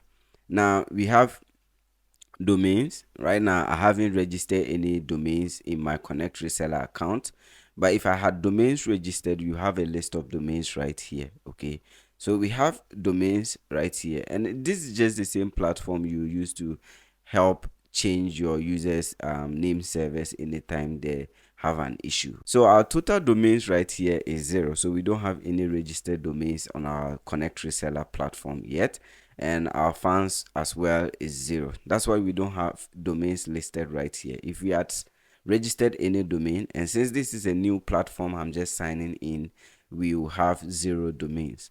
Now you can add fans. So if you click on this, okay, now there's a restriction on the amount that you can fund your account with. We have fund addition is restricted to 3 transactions, and then you have a maximum amount of $200 per day. Okay, now if you want to increase this feature and take away this ban, you can contact their sales team, and then they will fix that for you, and then this ban will be taken away and you can fund your account way more than $100 or a $200 limit. Go ahead and click on accept. Okay, you can later on reach out to them for them to fix that. Okay, so you just enter your amount and add your funds on the ConnectReseller platform.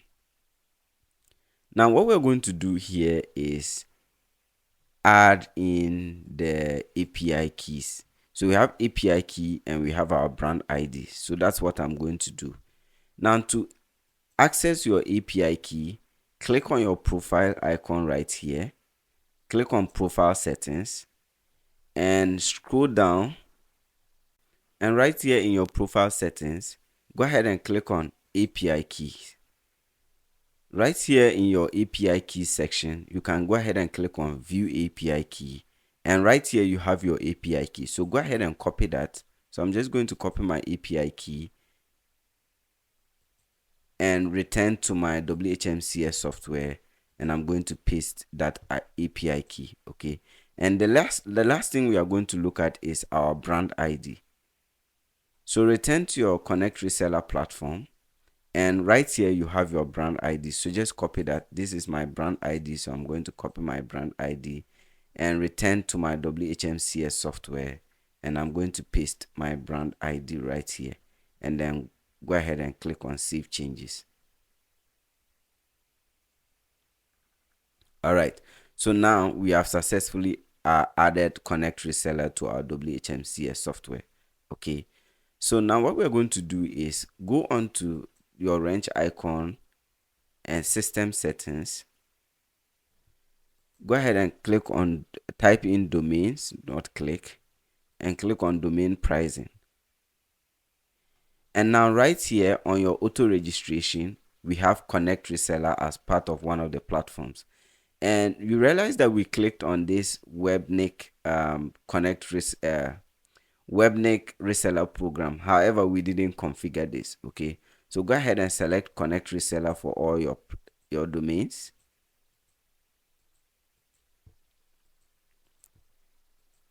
Okay, and so for any TLD that you'll be adding later on, you can go ahead and add ConnectReseller. Now, the domain TLDs that you'll be selecting in the future will be based on what your clients are ordering from your platform. So these are the most common ones, and these are what most people are likely to purchase. So once they begin to purchase even more domain TLDs, you can go ahead and add those and just click on Save Changes. Okay. All right, so that is it for adding a reseller or a domain reseller program on your web hosting business. Okay, yes, so you need to take your time and go through the process of setting up this account and connecting them to your WHMCS. Now, I know that this can become overwhelming since we are going from one platform to the other, but if you take your time, you should be able to set this up with ease. It's not that complicated. Okay, and with that, let's move on to the next stage of the video. If you want to take a break, go ahead and take a break and return back to the next section. All right, so let's look at one last thing, which is to whitelist your IP address. So it's right here that before you can make an API call to our system, you must whitelist the IP address from where your calls will be made. Okay, so you need to do that and save the whitelist before you can make API calls, because you realize that we just pasted the API key and that of our brand IDs in our WHMCS software in the earlier sections of the video. So what I'm going to do is to copy our IP address and paste them here and then whitelist. So what I'm going to do here, right here in our WHMCS, return to your settings. On the search, just type in server and go ahead and click on servers. Now right here you have your IP address. So let's just copy this IP address. So copy your IP address, return to ConnectReseller, and paste this IP address on the two. So just paste the same IP address on this IP address 1 and IP address 2. Okay, and there's IP address 4 and all of that. Okay, so if we return to our WHMCS, we have only one IP address. Now once you are done, go ahead and click on whitelist, and then we have successfully whitelisted our IP address. Okay, but one thing I want to show you is your domain. So let's reload this platform right here, and we already looked at domain pricing in earlier sections of the video where we set up our WHMCS software. So when you click on domain, you can search any of these domains or domain TLDs that you want. So go ahead and select .com, and this is currently how much ConnectReseller is offering the .com domain. Now if you come back to your WHMCS software and go to domains, let's go to domains, and we have domain pricing. Now you can use that as a reference point to price these individual domain TLDs so that you can make some money from it. So if they are selling it at $11.99, that's just like $12, you can be pricing yours at $14 or even $13 depending on what you prefer. Okay, so you can price at $13 or $15, and when you refund your account in the home page, and you use that to purchase, and then you can save a few US dollars. Okay, so it's not very profitable reselling domains, but most of the users that will arrive on your platform will be ordering domains as well as hosting. It's not very good to offer hosting without domain, so give your users the option of purchasing domain names from your platform as well. Okay, let's return to our dashboard right here, and right now we don't have any domain names registered. I already walk you through the home dashboard and what it means, and that is it for setting up a reseller program. And then we can go ahead and take a break and return later on to this video and continue. Alright, so right after we have set up our ConnectReseller, which is our domain reseller program that we'll be using it with our web hosting business, the next thing I want to walk you through is how to enable coupon codes and promotions. Now, I've already touched on this during the WHMCS general settings, but we didn't set up codes. So now that's what I'm going to do. But before we get into that, let's return to the hosting homepage and let's attempt to order any of the packages. Okay, let's say we are going for this starter package, and then let's select our domain. I've already been using bigjoecollections.com, and I'll go ahead and check for its availability. Now, what I'm showing you is basically the experience your users will have anytime they visit your web hosting business, and they'll go ahead and click on continue. Now right here we are in the hosting configurations page, and then we can select our billing cycle. Okay, let's assume I want to go for a 1-year billing plan, or your users are going to purchase an annual plan, and go ahead and click on continue. So they may select any of these domain add-ons. Okay, so let me just select all of them, and then I'll go ahead and continue. Now, this is what I'm talking about. Right here, you have your starter plan and your domain registration, okay, with all the add-ons listed. And now right here, you have the total sum, okay, that's your order summary. But just beneath your order, you can see the apply promo code, okay, because we enabled that of affiliate programs in our WHMCS general settings. However, we have not set up any code for them to use to apply for any discount, and that is what I'm going to show you. So with this, let's return to our WHMCS, go to your WHMCS system settings, and right under system settings we want to navigate to promotions. Okay, so you will have promotions and coupons. Right here under promotions and coupons, you can see that we haven't created any promotions or coupons yet. So what I'm going to do is click on create new promotion, and right here you have the document to be able to set up promotions. So right here you have promotions code or promotion code.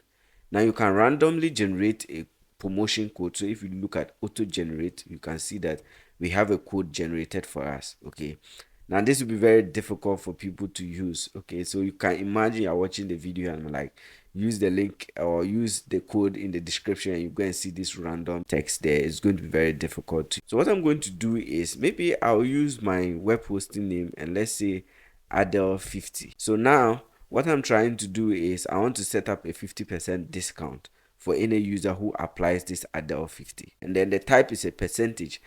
But if you want to, you can use a fixed value, price override, or free setup.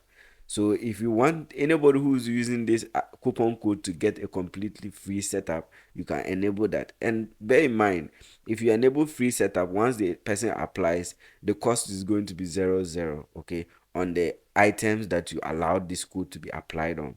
So I'll go with the percentage, but if you want to go for a fixed amount, price override, or free setup, you can do that. Let's go with the percentage. Usually you give your users a percentage, and then we can also look at this. We have recurring. Okay, so you can enable recurring, and then you look at the number of times. So if you leave it as 0, it will be unlimited. And now the value that you want to give. Now we are looking at percentage. So what percentage value do you want to give? So let's just say we want to give them a 50% value. And now look at this input box or text area here with apply to. Now this gives you what you want to apply this particular coupon code to. Okay, so as you can see, there's web hosting, there's the starter plan, the business plan, the pro plan. And if you want to add it on domain.biz, you can do that. I'll just deselect domain.biz. Okay, I don't want that to be added, so we would deselect domain.biz and then we can proceed. So right now, I want this coupon code to be applied to our starter, business, and our pro plan. So you can also go around and select these plans right here, so that the person will be required to use a coupon code if they have the coupon code. Okay, but we can also deselect that. But we want to apply this to these three plans right here, from our starter plan to our pro plan.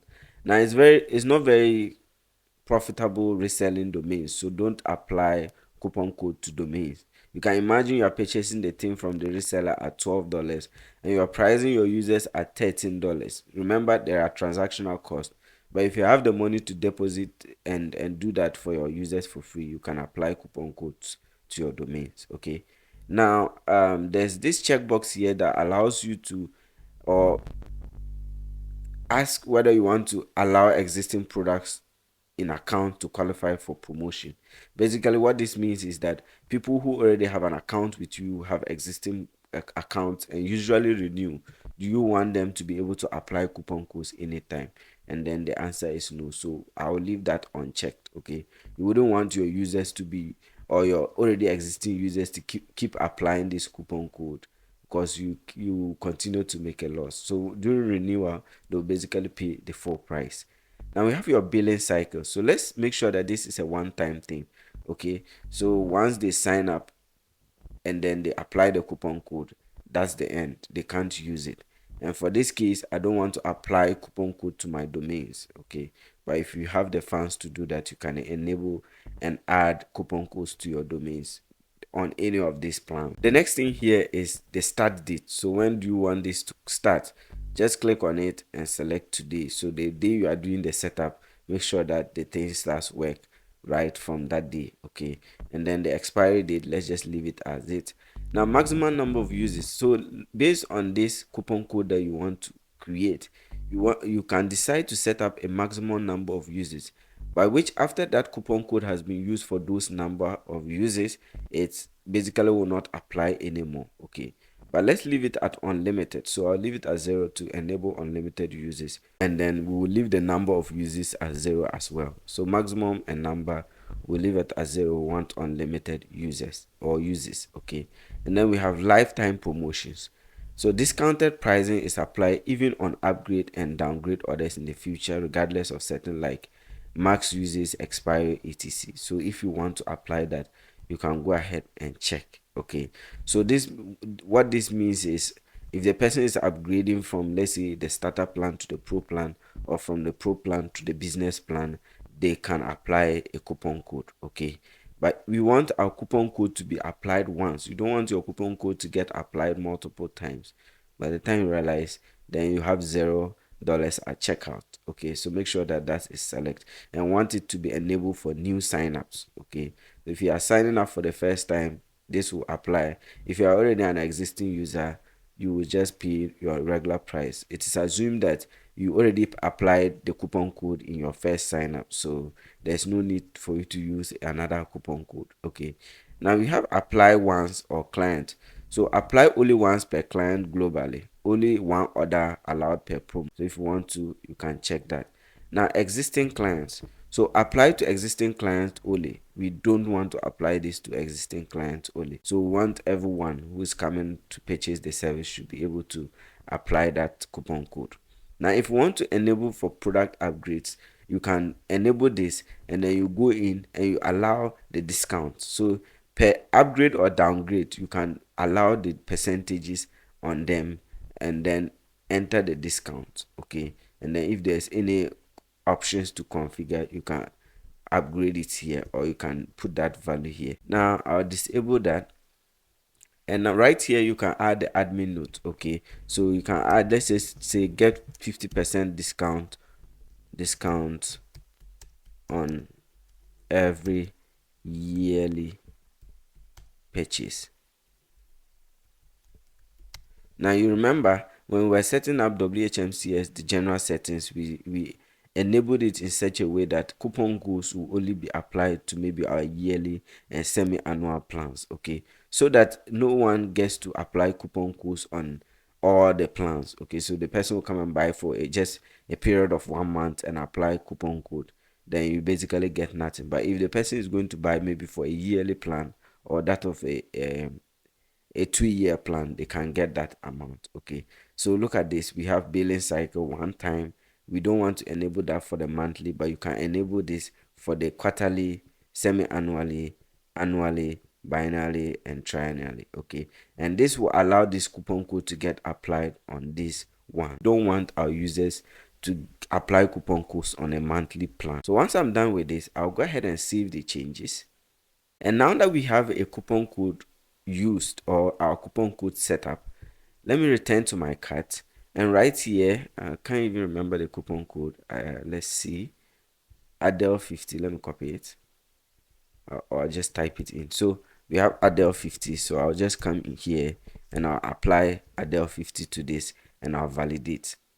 Okay, so previously it was 86, and by getting a 50% discount, I don't know if it was 50%, but you get a $21 discount from the previously 86 US dollars, and you get it at 65 US dollars. Okay, so that's how you can set up coupon code and share it with your affiliates.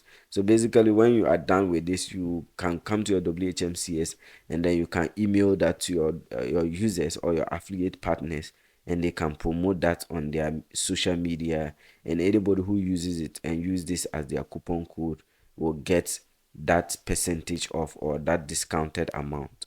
So at this point of the video, let's look at how you can enable payment gateways on your web hosting business.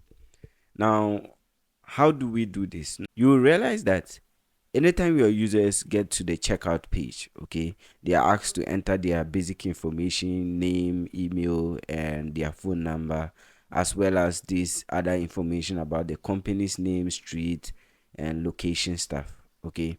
And then they set a password. Now this is the password they'll be using to log into their client area on your hosting dashboard. So the user will enter a password, confirm that password, and with the help of their email, they'll be able to sign in to their client area.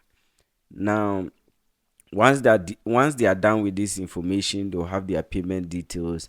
If there are any additional notes, they can write that here. And then if they want to join your mailing list, now during the settings, I mean the general settings for WHMCS, we looked at how you can enable this feature, and then your users will basically have the option of either joining your mailing list or not joining, okay. And then they agree to your terms of service. This is something we also looked at in just the video before this. And then they complete an order.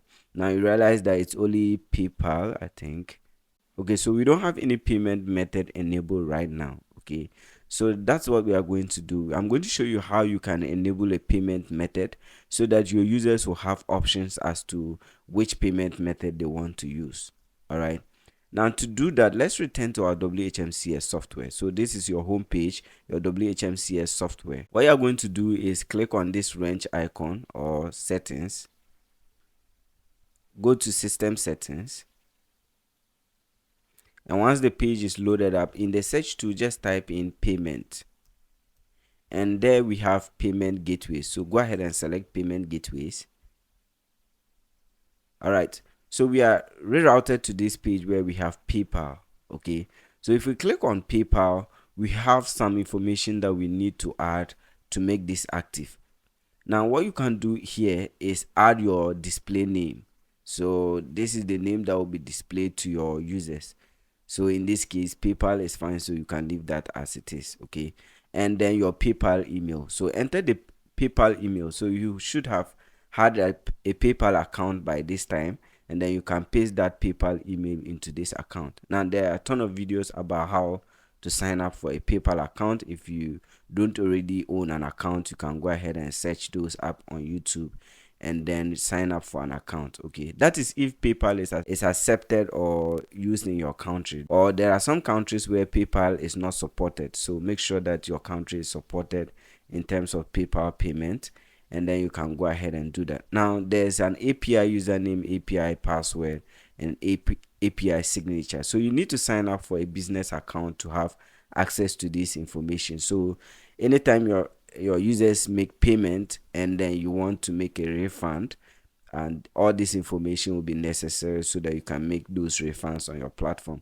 And this is going to be required at some point of your business. You'll be required to refund some of your users money if they are canceling their service. Okay, so you don't really need to keep their money. And once those information are all correct, you can go ahead and click on save changes, and then you have PayPal as one of the options to make payment. Okay, now let's say you wanted to add another payment method. So right here on top you have visit apps and integrations. So go ahead and click on that, and then once the window loads up, you have PayPal, which is the active one that we just finished. We have Stripe, and then we have a ton more that you can check out. You definitely have to go through all of them. You can see some have no descriptions at all, and I think some are even deprecated right here. Okay, so some are no longer supported on the platform. Now we'll look at how to add Stripe as well. So if you want to add Stripe, just go ahead and click on Stripe and click on activate. All right, so right here, once you open Stripe, you'll be asked to the display name. You should always leave as Stripe. So if your users are selecting the option and you want to select Stripe, they can do that. Now if you sign up for an account the same way you did with PayPal, go out there and look up on a video on how to create a Stripe account. That is if it is supported in your country. Now you will get a Stripe publishable key or API key and that of your Stripe secret key.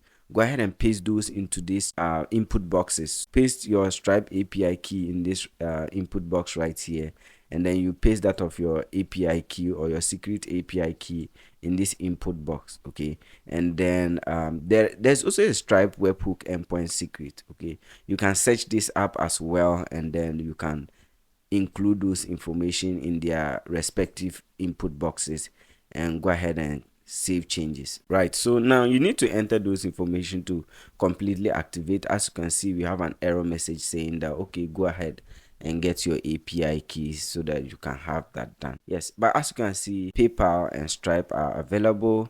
Let's go ahead and check on our checkout page if those appear. So I'm just going to refresh just to see if these are available. Okay, so once you return to your checkout page, and let's scroll down and see the options that we have in terms of payment. So now right here you can see that there's one option which is PayPal basic and that one which is Stripe. Okay, so you can basically select, and then once you select Stripe, you can see that there's information that is required.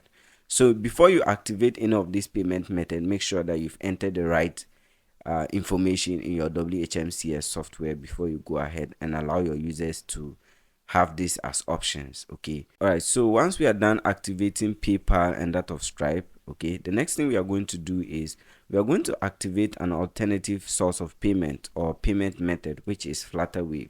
So we'll go through how to set up Flutterwave, which is a little bit technical, just like with the way we did with our ConnectReseller. But with this guide is going to be very simple and you don't have anything to worry about. Okay. So at this point of the video, we are going to look at how to set up Flutterwaves, an alternative platform for processing payment for those of you who are in countries where PayPal and that of Stripe is not supported. So we are going to look at how to enable PayPal, and that is for those of you who are in countries where PayPal and that of Stripe is not supported. So you are probably wondering how you can process payment once you don't have access to PayPal and that of Stripe, and that's what we are going to fix with installing Flutterwaves onto your web hosting business. Now, how do we do this? Now, to install Flutterwaves, the first thing I want us to do is to go to your Google search. Okay, and right here in your Google search, just type in Flutterwaves WHMCS. Okay, and once the window opens, now this is the first search content that I have. Yours may not be ranked. As you can see, it says you visit often. Okay, that is a platform I've previously visited. Now you have WHMCS Rave payment model for Flutterwave. So make sure you are clicking on their GitHub link. Okay, so go ahead and click on that GitHub link, and you are rerouted to this GitHub repo. Okay, it was touched 7 years ago, and there's a readme file on how to set this up in your WHMCS. Okay, now we have the requirement you need WHMCS installed to be able to run this model onto your web hosting business.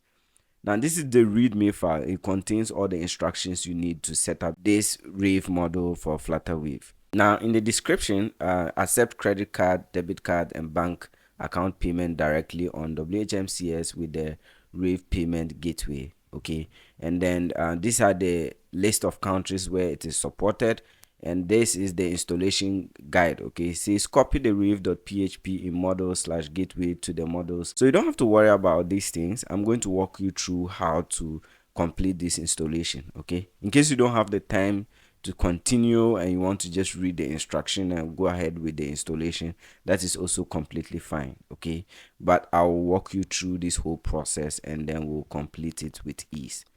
Now, how do we do this? Return to the repo right here. You have code, so go ahead and click on this and click on download zip. Okay, so I have downloaded this zip, so I'll just use that for the tutorial. But if you don't, just go ahead and click on this link, and then you have your downloads here. As you can see, I have downloaded the model. Once your download is complete, now there's also the option of cloning the repo. Okay, so you can just, if you know how to use Git, okay, you can just go ahead and clone the repo, copy the URL, and just run that on your terminal, and it will still download the same repo on your device. Now once you are done with the download, log into your cPanel account. I am already on my cPanel account. Now if you've watched the video up till this point, we've logged into cPanel account multiple times, so that shouldn't be anything to. But if you're still wondering how you can log into your cPanel, just visit your domain and add/cPanel, and then you enter your login details, and right there you are inside your cPanel account. Now right in your cPanel account, navigate to File Manager. Under File Manager, navigate to public_HTML, and we have billings. Now this is the folder I installed my WHMCS in. Now if you are not using my folder structure, or you used a different folder structure, this will be very different. Or if your naming convention isn't the same as mine, this would be different. Okay, so just go ahead and click on the folder where you installed your WHMCS, and then you should have it. Okay, once in the billings folder or inside your WHMCS folder, go ahead and click on models. If we are going through that with reference to the documentation, you probably appreciate what the documentation is doing, but that will just prolong the video, so we'll just go ahead and do it anyway. Okay, so once in your models folder, go ahead and click on gateways. Okay, so once in your gateways folder, okay, navigate to the folder we just downloaded. So I have the folder here on my desktop. So right here on my desktop, I'm just going to open or extract the files, which is the WHMCS Rave payment. So go ahead and click on that and extract. Okay, depending on the operating system, the process will be vary, but it's a very simple process to carry out. Okay, so once you've extracted the file, go ahead and open the file. Okay, and right here, click on models, and under models, click on gateways. And on gateway, we have the rave.php. Okay, and that is what we are going to upload onto the gateways folder in our cPanel account. Now, if I return to my cPanel account, this is my gateways folder, and this is the list of gateways that already exist on your WHMCS software. We have PayPal, and then we have a number of them. Go ahead and click on upload. Click on select file. You can also drag and drop if you prefer that, and click on the folder we just extracted, okay, which is right here. And right here on models, click on gateway, and then we want to upload this file right here, and then we open that. So once the upload is complete, we want to click on go back, and now we have that of our Rave gateway uploaded here. If you scroll there, you should see that as part of the folders that we just uploaded. Okay, so we have our rave.php uploaded right here. Now that we are done with our rave.php folder, let's return to our public_HTML. Okay, or let's return to our gateways folder. So go ahead and click on app 1 level. Just go ahead and click on that, And right here we have gateways right here. All right, so once our rave.php file is uploaded, just scroll, okay, and look for callback. Now if you scroll, you should see callback somewhere. So under the column of C, we have callback. Okay, go ahead and open that. And then you realize that from the file we were going through, we have the callbacks folder. So within callback, we have a file for rave.php, and that is what we want to upload onto our callbacks folder in WHMCS. So right here in WHMCS, inside the callbacks folder, go ahead and click on upload, select file, and then just go ahead and click on callback, and then upload the callbacks folder in your WHMCS file you downloaded from the GitHub repo. Now once that upload is complete, go ahead and click on go back. Now don't worry about the many tabs, we can go ahead and close some of them. So we have this, we have that, we can go ahead and close. And once we have that done, let me go back to my WHMCS folder, and we should have let's say this is let's just refresh, okay, because we should have rave payment as one of the options right here. Now let me refresh so that we can see if that is available.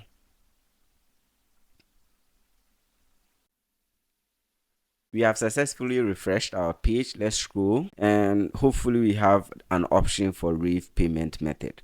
So let's just go ahead and continue scrolling. Where do we have rave? Okay, so we have rave, and right here we have no descriptions available. Now rave has been added onto our cPanel and that of our WHMCS. So go ahead and open this app. And once you open, we have rave, that's the category support is all empty. Integration developer unknown. Go ahead and click on activate. Okay, so right here we have show on your order form. Okay, make sure that is checked. If it is not checked, you will not have that option available here, just like we have for Stripe. Okay, and I didn't explain that in the earlier section, so most of you might have disabled it, and then you are not finding those payment method. Now go ahead and make sure that this is selected. Now this is Flutterwave, it says Rave by Flutterwave. If you are okay with that, you can leave it, or if you want just Flutterwave to show, you can go ahead and delete Rave by Flutterwave and just leave it as Flutterwave. Okay, and then we have webhook URL. Now copy and paste this URL in your webhook URL, so you can go ahead and do that. And then we have your webhook secret hash. Now if you sign up for, you enter your company name, your company description. If you have a URL to a logo that you have uploaded anywhere on Google Drive or on any platform, you can go ahead and then add that. Now your payment method, make sure it all is selected. There's a ton of payment methods that are available. We have card only, account only, and USSD only. Okay, so make sure all is allowed for those who want to pay with mobile money and all of that stuff. Okay, now you can select your countries. So these are the countries that are supported. We have Nigeria, Ghana, Kenya, and South Africa. Okay, so once you have selected your country, place your live public key. Now these are details that you are going to get after signing up for a PayPal account. Now if you have gone through all the verification process and you have been accepted onto their platform, you can access your live public key, your secret key. I don't know if you have access to a test public key, test secret key, and once you have those information, you paste them here. Now if you are wondering how to create an account with Flutterwave, quick YouTube search and you'll find something that will help you create an account. Okay, and then once you upload all the right documents, you have your account available for you to use. Okay, now we see pay button text if you want that available, or if you want something else to be available when they are making payment. You see how they have here pay now. If you don't want pay now, or you want some other text, you can go ahead and write that here. Okay, now in this case we are not using any test mode, we are doing serious business, so don't check this. And then you can check to select to enable gateway logs. Okay, yes, so that is it. Once you are done, save changes. Once you've entered the information and you are sure that it's correct, make sure your country is correct, and then you can save the changes. Okay, and if we refresh, I think if we refresh, we'll start this whole process again. Let me just try it. Okay, and if you refresh, now we have PayPal, Stripe, and that of Flutterwaves available in our checkout page. Okay, and then your users can basically click on complete once they've entered all the required information. Right now, if I click on complete order, there's just a lot of information that are required that I haven't entered. Okay, so we are not just going to go through that. Once your users get to this page and they enter their document, the whole process should be completed. Okay, now that we are done with that of Flutterwave, because we've basically finished how to do Flutterwave. Now if you want to do any other payment method, it's the same process you go through, so I'm not going to repeat it for any other payment method. You can do that for Paystack and then the others, and then you basically go through the process. They also have a way to install it in your WHMCS, and then you can go through that and make sure that is enabled as well. Okay, so the next part, we are going to look at how to connect that user interface of yours with your WHMCS or with your interface right here. And so that when your users want to log in, they want to go into their account, once they click on the login page, they'll be rerouted directly onto this page, and then they can log in and have access to their client area. And then once we are done with that, we'll register one client and basically simulate how to provision your user's cPanel account after their order, and that will be it for the video. Okay, and I hope you are enjoying it. If you have watched the video up to this point, make sure you subscribe to the channel, like, comment, leave your comment, let me know what you think about this video. The next part I want us to look at is how to edit our UI.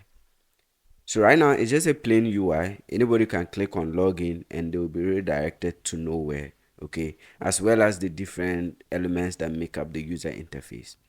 So what we are going to do is we are going to connect this entire application with our user interface, which is our WHMCS instead. So WHMCS comes with this default interface, but however, we don't want this to be the interface or the home page of our web page. Okay, that's how come we build this.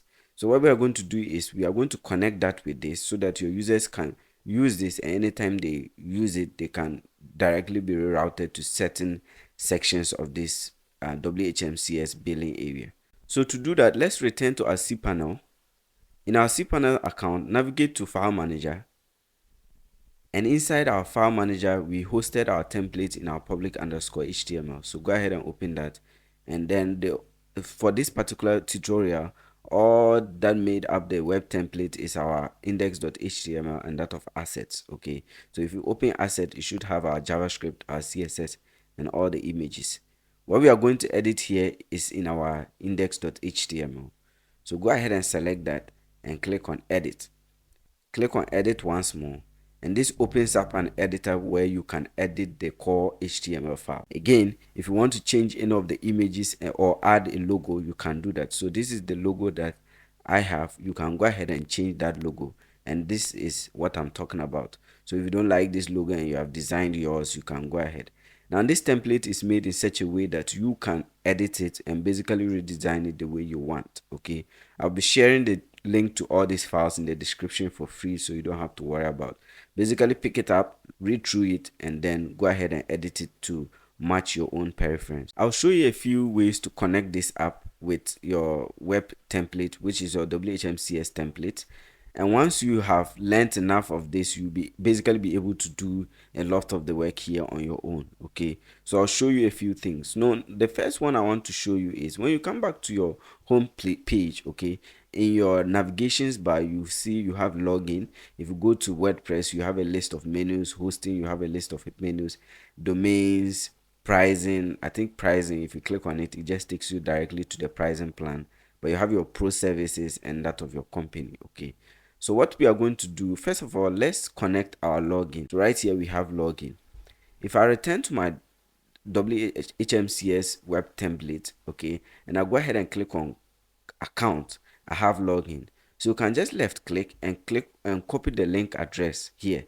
So once you have copied the link address, let's return to the template right here, and let's go to that login button right here. So just go through the document and you should see login. Okay, I have login right here, and I'm going to paste the link to login.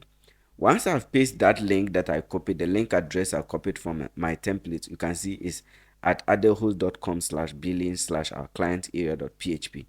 I'll go ahead and save that so that I can kind of run a test so that you see how this works.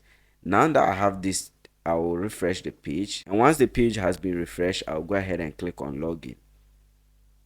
And now if your user should click on login from the user interface, they are redirected to this page or this login interface to enter their email and their password. And this will be the email and password they used during the setup of their account, basically when they were checking out during the order. Now let's go back to our home page. Let's return to our store, and then let's go to, let's say, shared hosting cPanel. Okay, and there we have the individual menus or the individual pricing plan. So we have starter, business, and pro. And if we return to our home page, let's see, I'm already here, so let me go back to my home page. Okay, and so if we return to our home page and we navigate to the pricing plan, we have starter, business, and pro. So what I'm going to do is to connect those individual plans with this. Okay, so if we return to this page and then we'll go ahead and click on our shared hosting cPanel, we have the individual plans. So how can I connect them? So to connect them, you can go ahead and click on this and copy the link address as well. Return to your cPanel account and let's go to our pricing plans. So just take your time and scroll through them. I have pricing plan. So this is pro service, login model, hero section. Let's see. Okay, so I have our pricing section here. So you can then connect that with this one. So we have the choose plan, and this particular plan is your starter plan at $3.99. So I'll go ahead and add the link here. I'll return to my WHMCS admin, and then I'll copy the same thing for the business plan. Return to my HTML. We have the business plan. Okay, this is the most popular at $7. When you get to the choose plan or BTN plan, go ahead and paste the link. And then for the last one, let's add that of the pro plan. Okay, so I'll go ahead and click on the pro plan right here, copy address, return to my editor, and then I can paste that here too as well. Okay, now that this is done, I'll go ahead and click on save changes. Let's return to our web template and go ahead and refresh. Okay, so right after refreshing, now we have connected this with our application. So if I go ahead and click on choose plan, now automatically I'm no longer going to select a hosting plan from what I used to show you earlier, where we basically use this template to create an order. Okay, it now goes directly to you choosing your plan. So that particular plan has already been selected for you just by virtue of the fact that you collected it. So let's say I'm going to proceed and buy a plan. Now I will not be asked to buy hosting again because I already selected my hosting from the home page, and then I'll go ahead and click on what, save, and then as you can see, we are on that starter plan. That's because we selected our starter plan from the user interface. I'll select my billing plan and I'll go ahead and continue. You can go ahead and select your domain add-ons, and you can see right here it says has hosting. Okay, if you didn't select a hosting, it will say no hosting, and then probably align it red so that you can select your hosting and click on continue. Okay, so that's the benefit of connecting the UI with all of this. So I'll return to my home page, and back here in our UI, when during the tutorial where we were just testing this app, we usually come here, navigate to shared hosting, and then we'll go ahead and select one of the plans and proceed. But for now, if you click on any of these plans right here, you'll be redirected. Let me just click on pricing so that I'm there faster. If you click on any of this plan, automatically you are purchasing that specific plan. Okay, hope that makes sense. Once we are done with that of our login, so you can see here we have the WordPress, we have hosting here with our shared or our active shared hosting, and that of domains, pricing, pro service, company. So what you can do here is right here on your hosting, you can also click on the link to your shared hosting, the whole thing, copy the link and update. Okay, and then basically if you don't have any of this service set up, you can also put coming soon added to the link here so that your users know that that's not a service that is currently available. Now you realize that in your hero area you have the domain search. Okay, so we can basically add the link to this that we can click on and search for our domains. So if you return to your HTML or your editor, and then we navigate to the hero section. Okay, so we have the hero section. Under the hero section, we have domain search. And as you can see, there's an input box here with the link which contains a button and a font awesome icon for searching.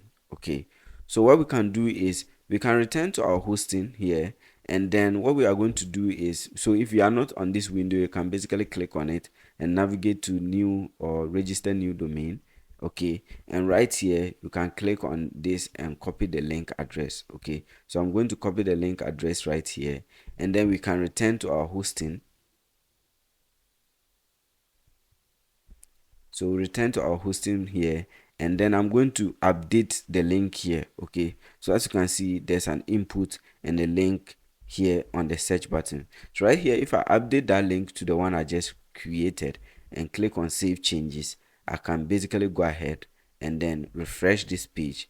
And now when your users type in anything here and search, they will be rerouted to this page to search their domain. Okay, now what I'm going to do next is right here, let's see, under domains we have domain search. Okay, if you click on domain search, we have a domain search model that comes up with the search icon. So basically you can also update this search link such that anytime they enter here and click on search, they will be rerouted to the same page. Okay, and also hosting here, which is your shared hosting, which is currently active. So if you come to your web template, and then after your hero, okay, that's all in your navigation. So let's go back to our navigation. Right, we have shared hosting somewhere. Okay, so we have hosting domains. Let's go to hosting.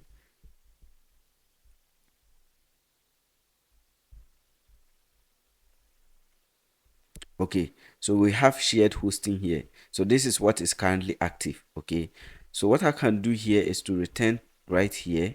Okay, and right here I'll copy this shared cPanel hosting and copy its link. So I'll copy the link here, and then once I have my link address copied, I'll return here, and then also I'll update the link to that service. Okay, so right here where we have hash, go ahead and paste the link there and save the changes. So now if you should come here and refresh and then come to your hosting and click on shared hosting, it should reroute you to for them to choose their shared hosting plan. Okay, so it's the same with your knowledge base, database, network status, affiliate, and contact. If you go to the user interface, let me go back here. Okay, you have company, and a company you have contact, so you can basically link them. So now that you have contacts, you can come to your web hosting here. Under contacts, basically your information, your contact information will be right here.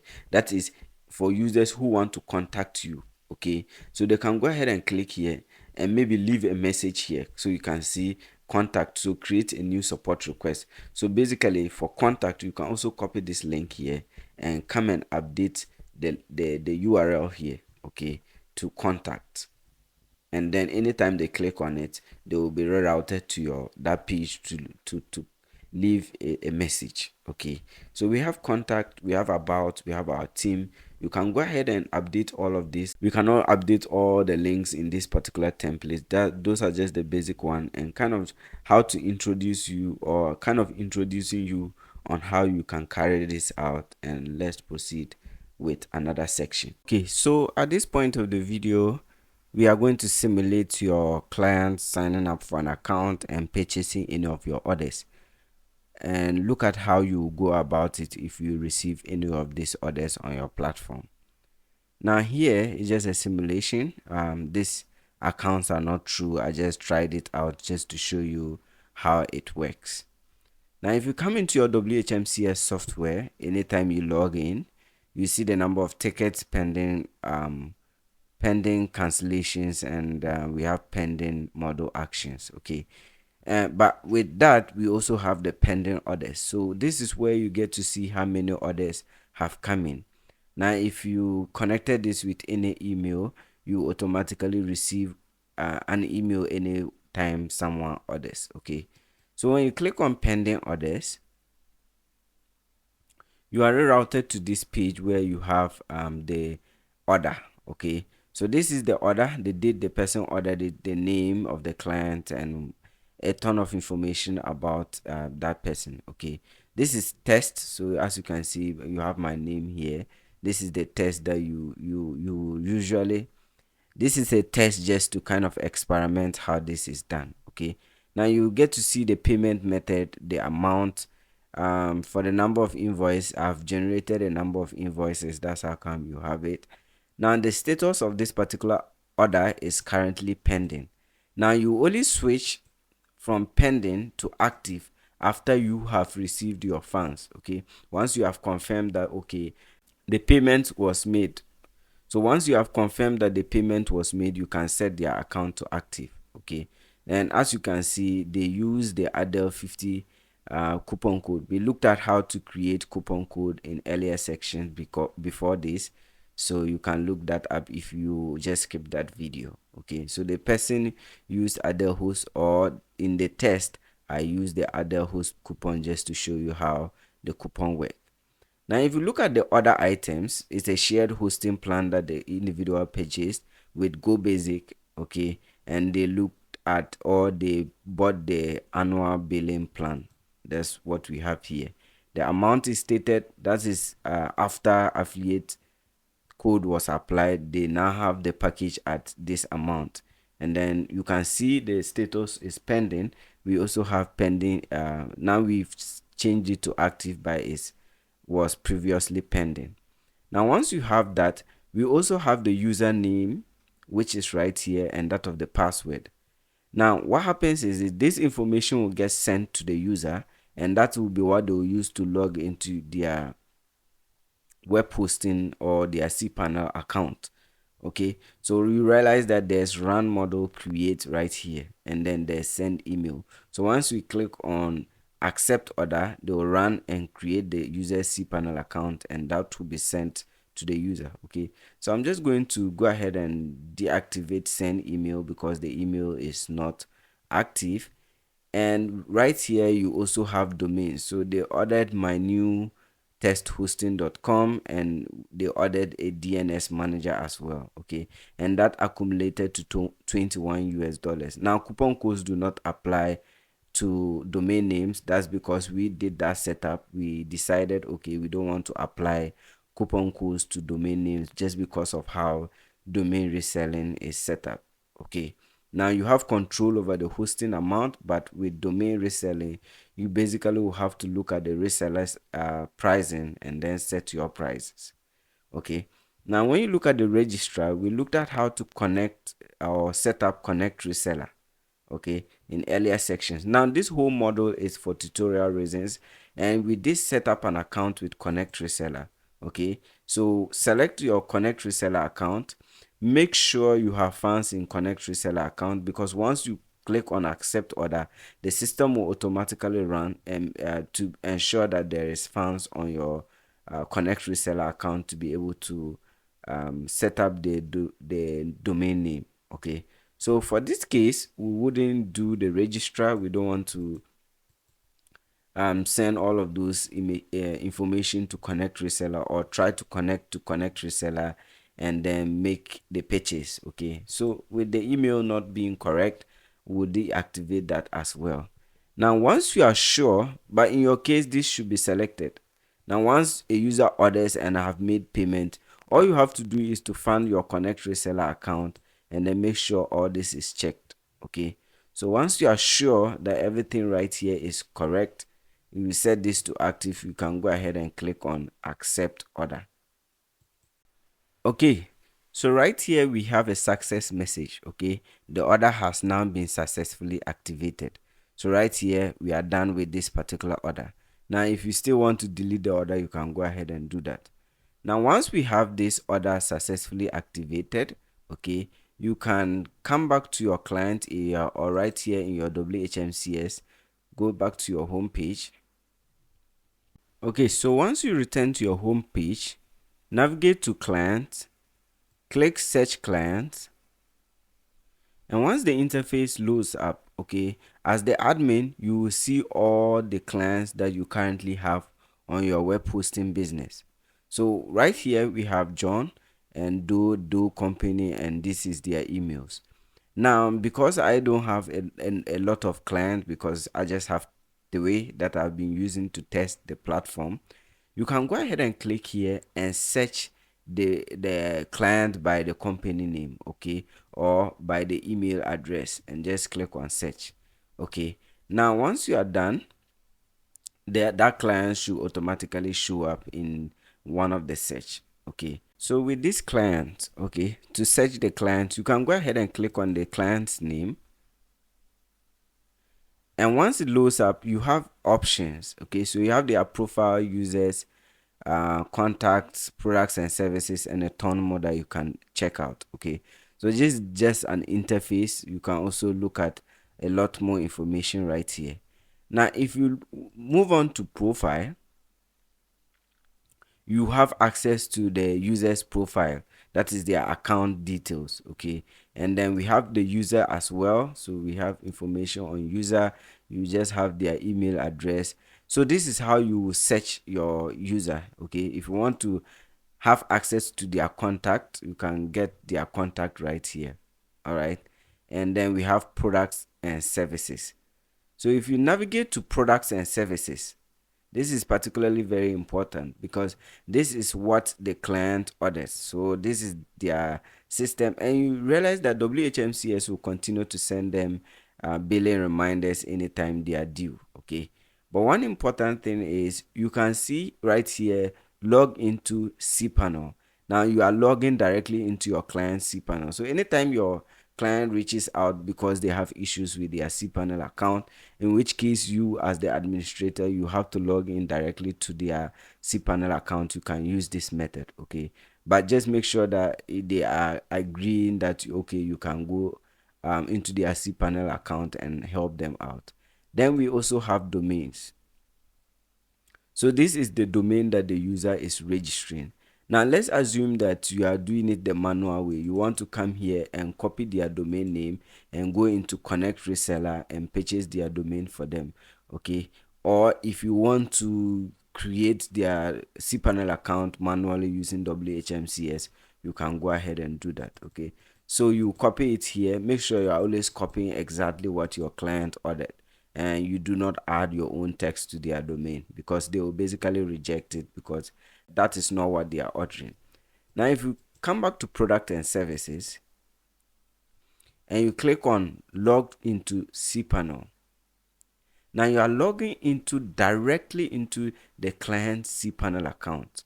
And as you can see here, this is a new cPanel account. Okay, so as the admin, you have access to log into your client cPanel account. Now whenever you open your client cPanel account, just desist on clicking on any of these buttons, because when you want them to have access to their new cPanel account, and be sure that okay, this is a new cPanel account that was created for them. Okay, and as you can see, this is their domain right here. I don't want to click out of this wizard. Okay, so once your user comes in, this is what they will see. There will be a pop-up. They will click on save and continue, and then there will be another pop-up for them to skip. Okay, so once your client clicks on skip, they are now right here into their cPanel account, and then right here is their domain. So if they click on their domain, currently there's nothing happening on their domain. All right, yes. So now your client can go ahead and do whatever they want with their cPanel account. They also have access to their file manager right here. They can go in there, okay, and then they can go into their public underscore HTML and they can upload the necessary document. All right, now this is because it's a test. That's how come I've entered into the cPanel account and I'm just clicking around. Now if you provision your client cPanel account, you have to desist from going into their cPanel account. Otherwise, with the information sent to them, if they open their cPanel account, they will see that that cPanel account had been tampered with.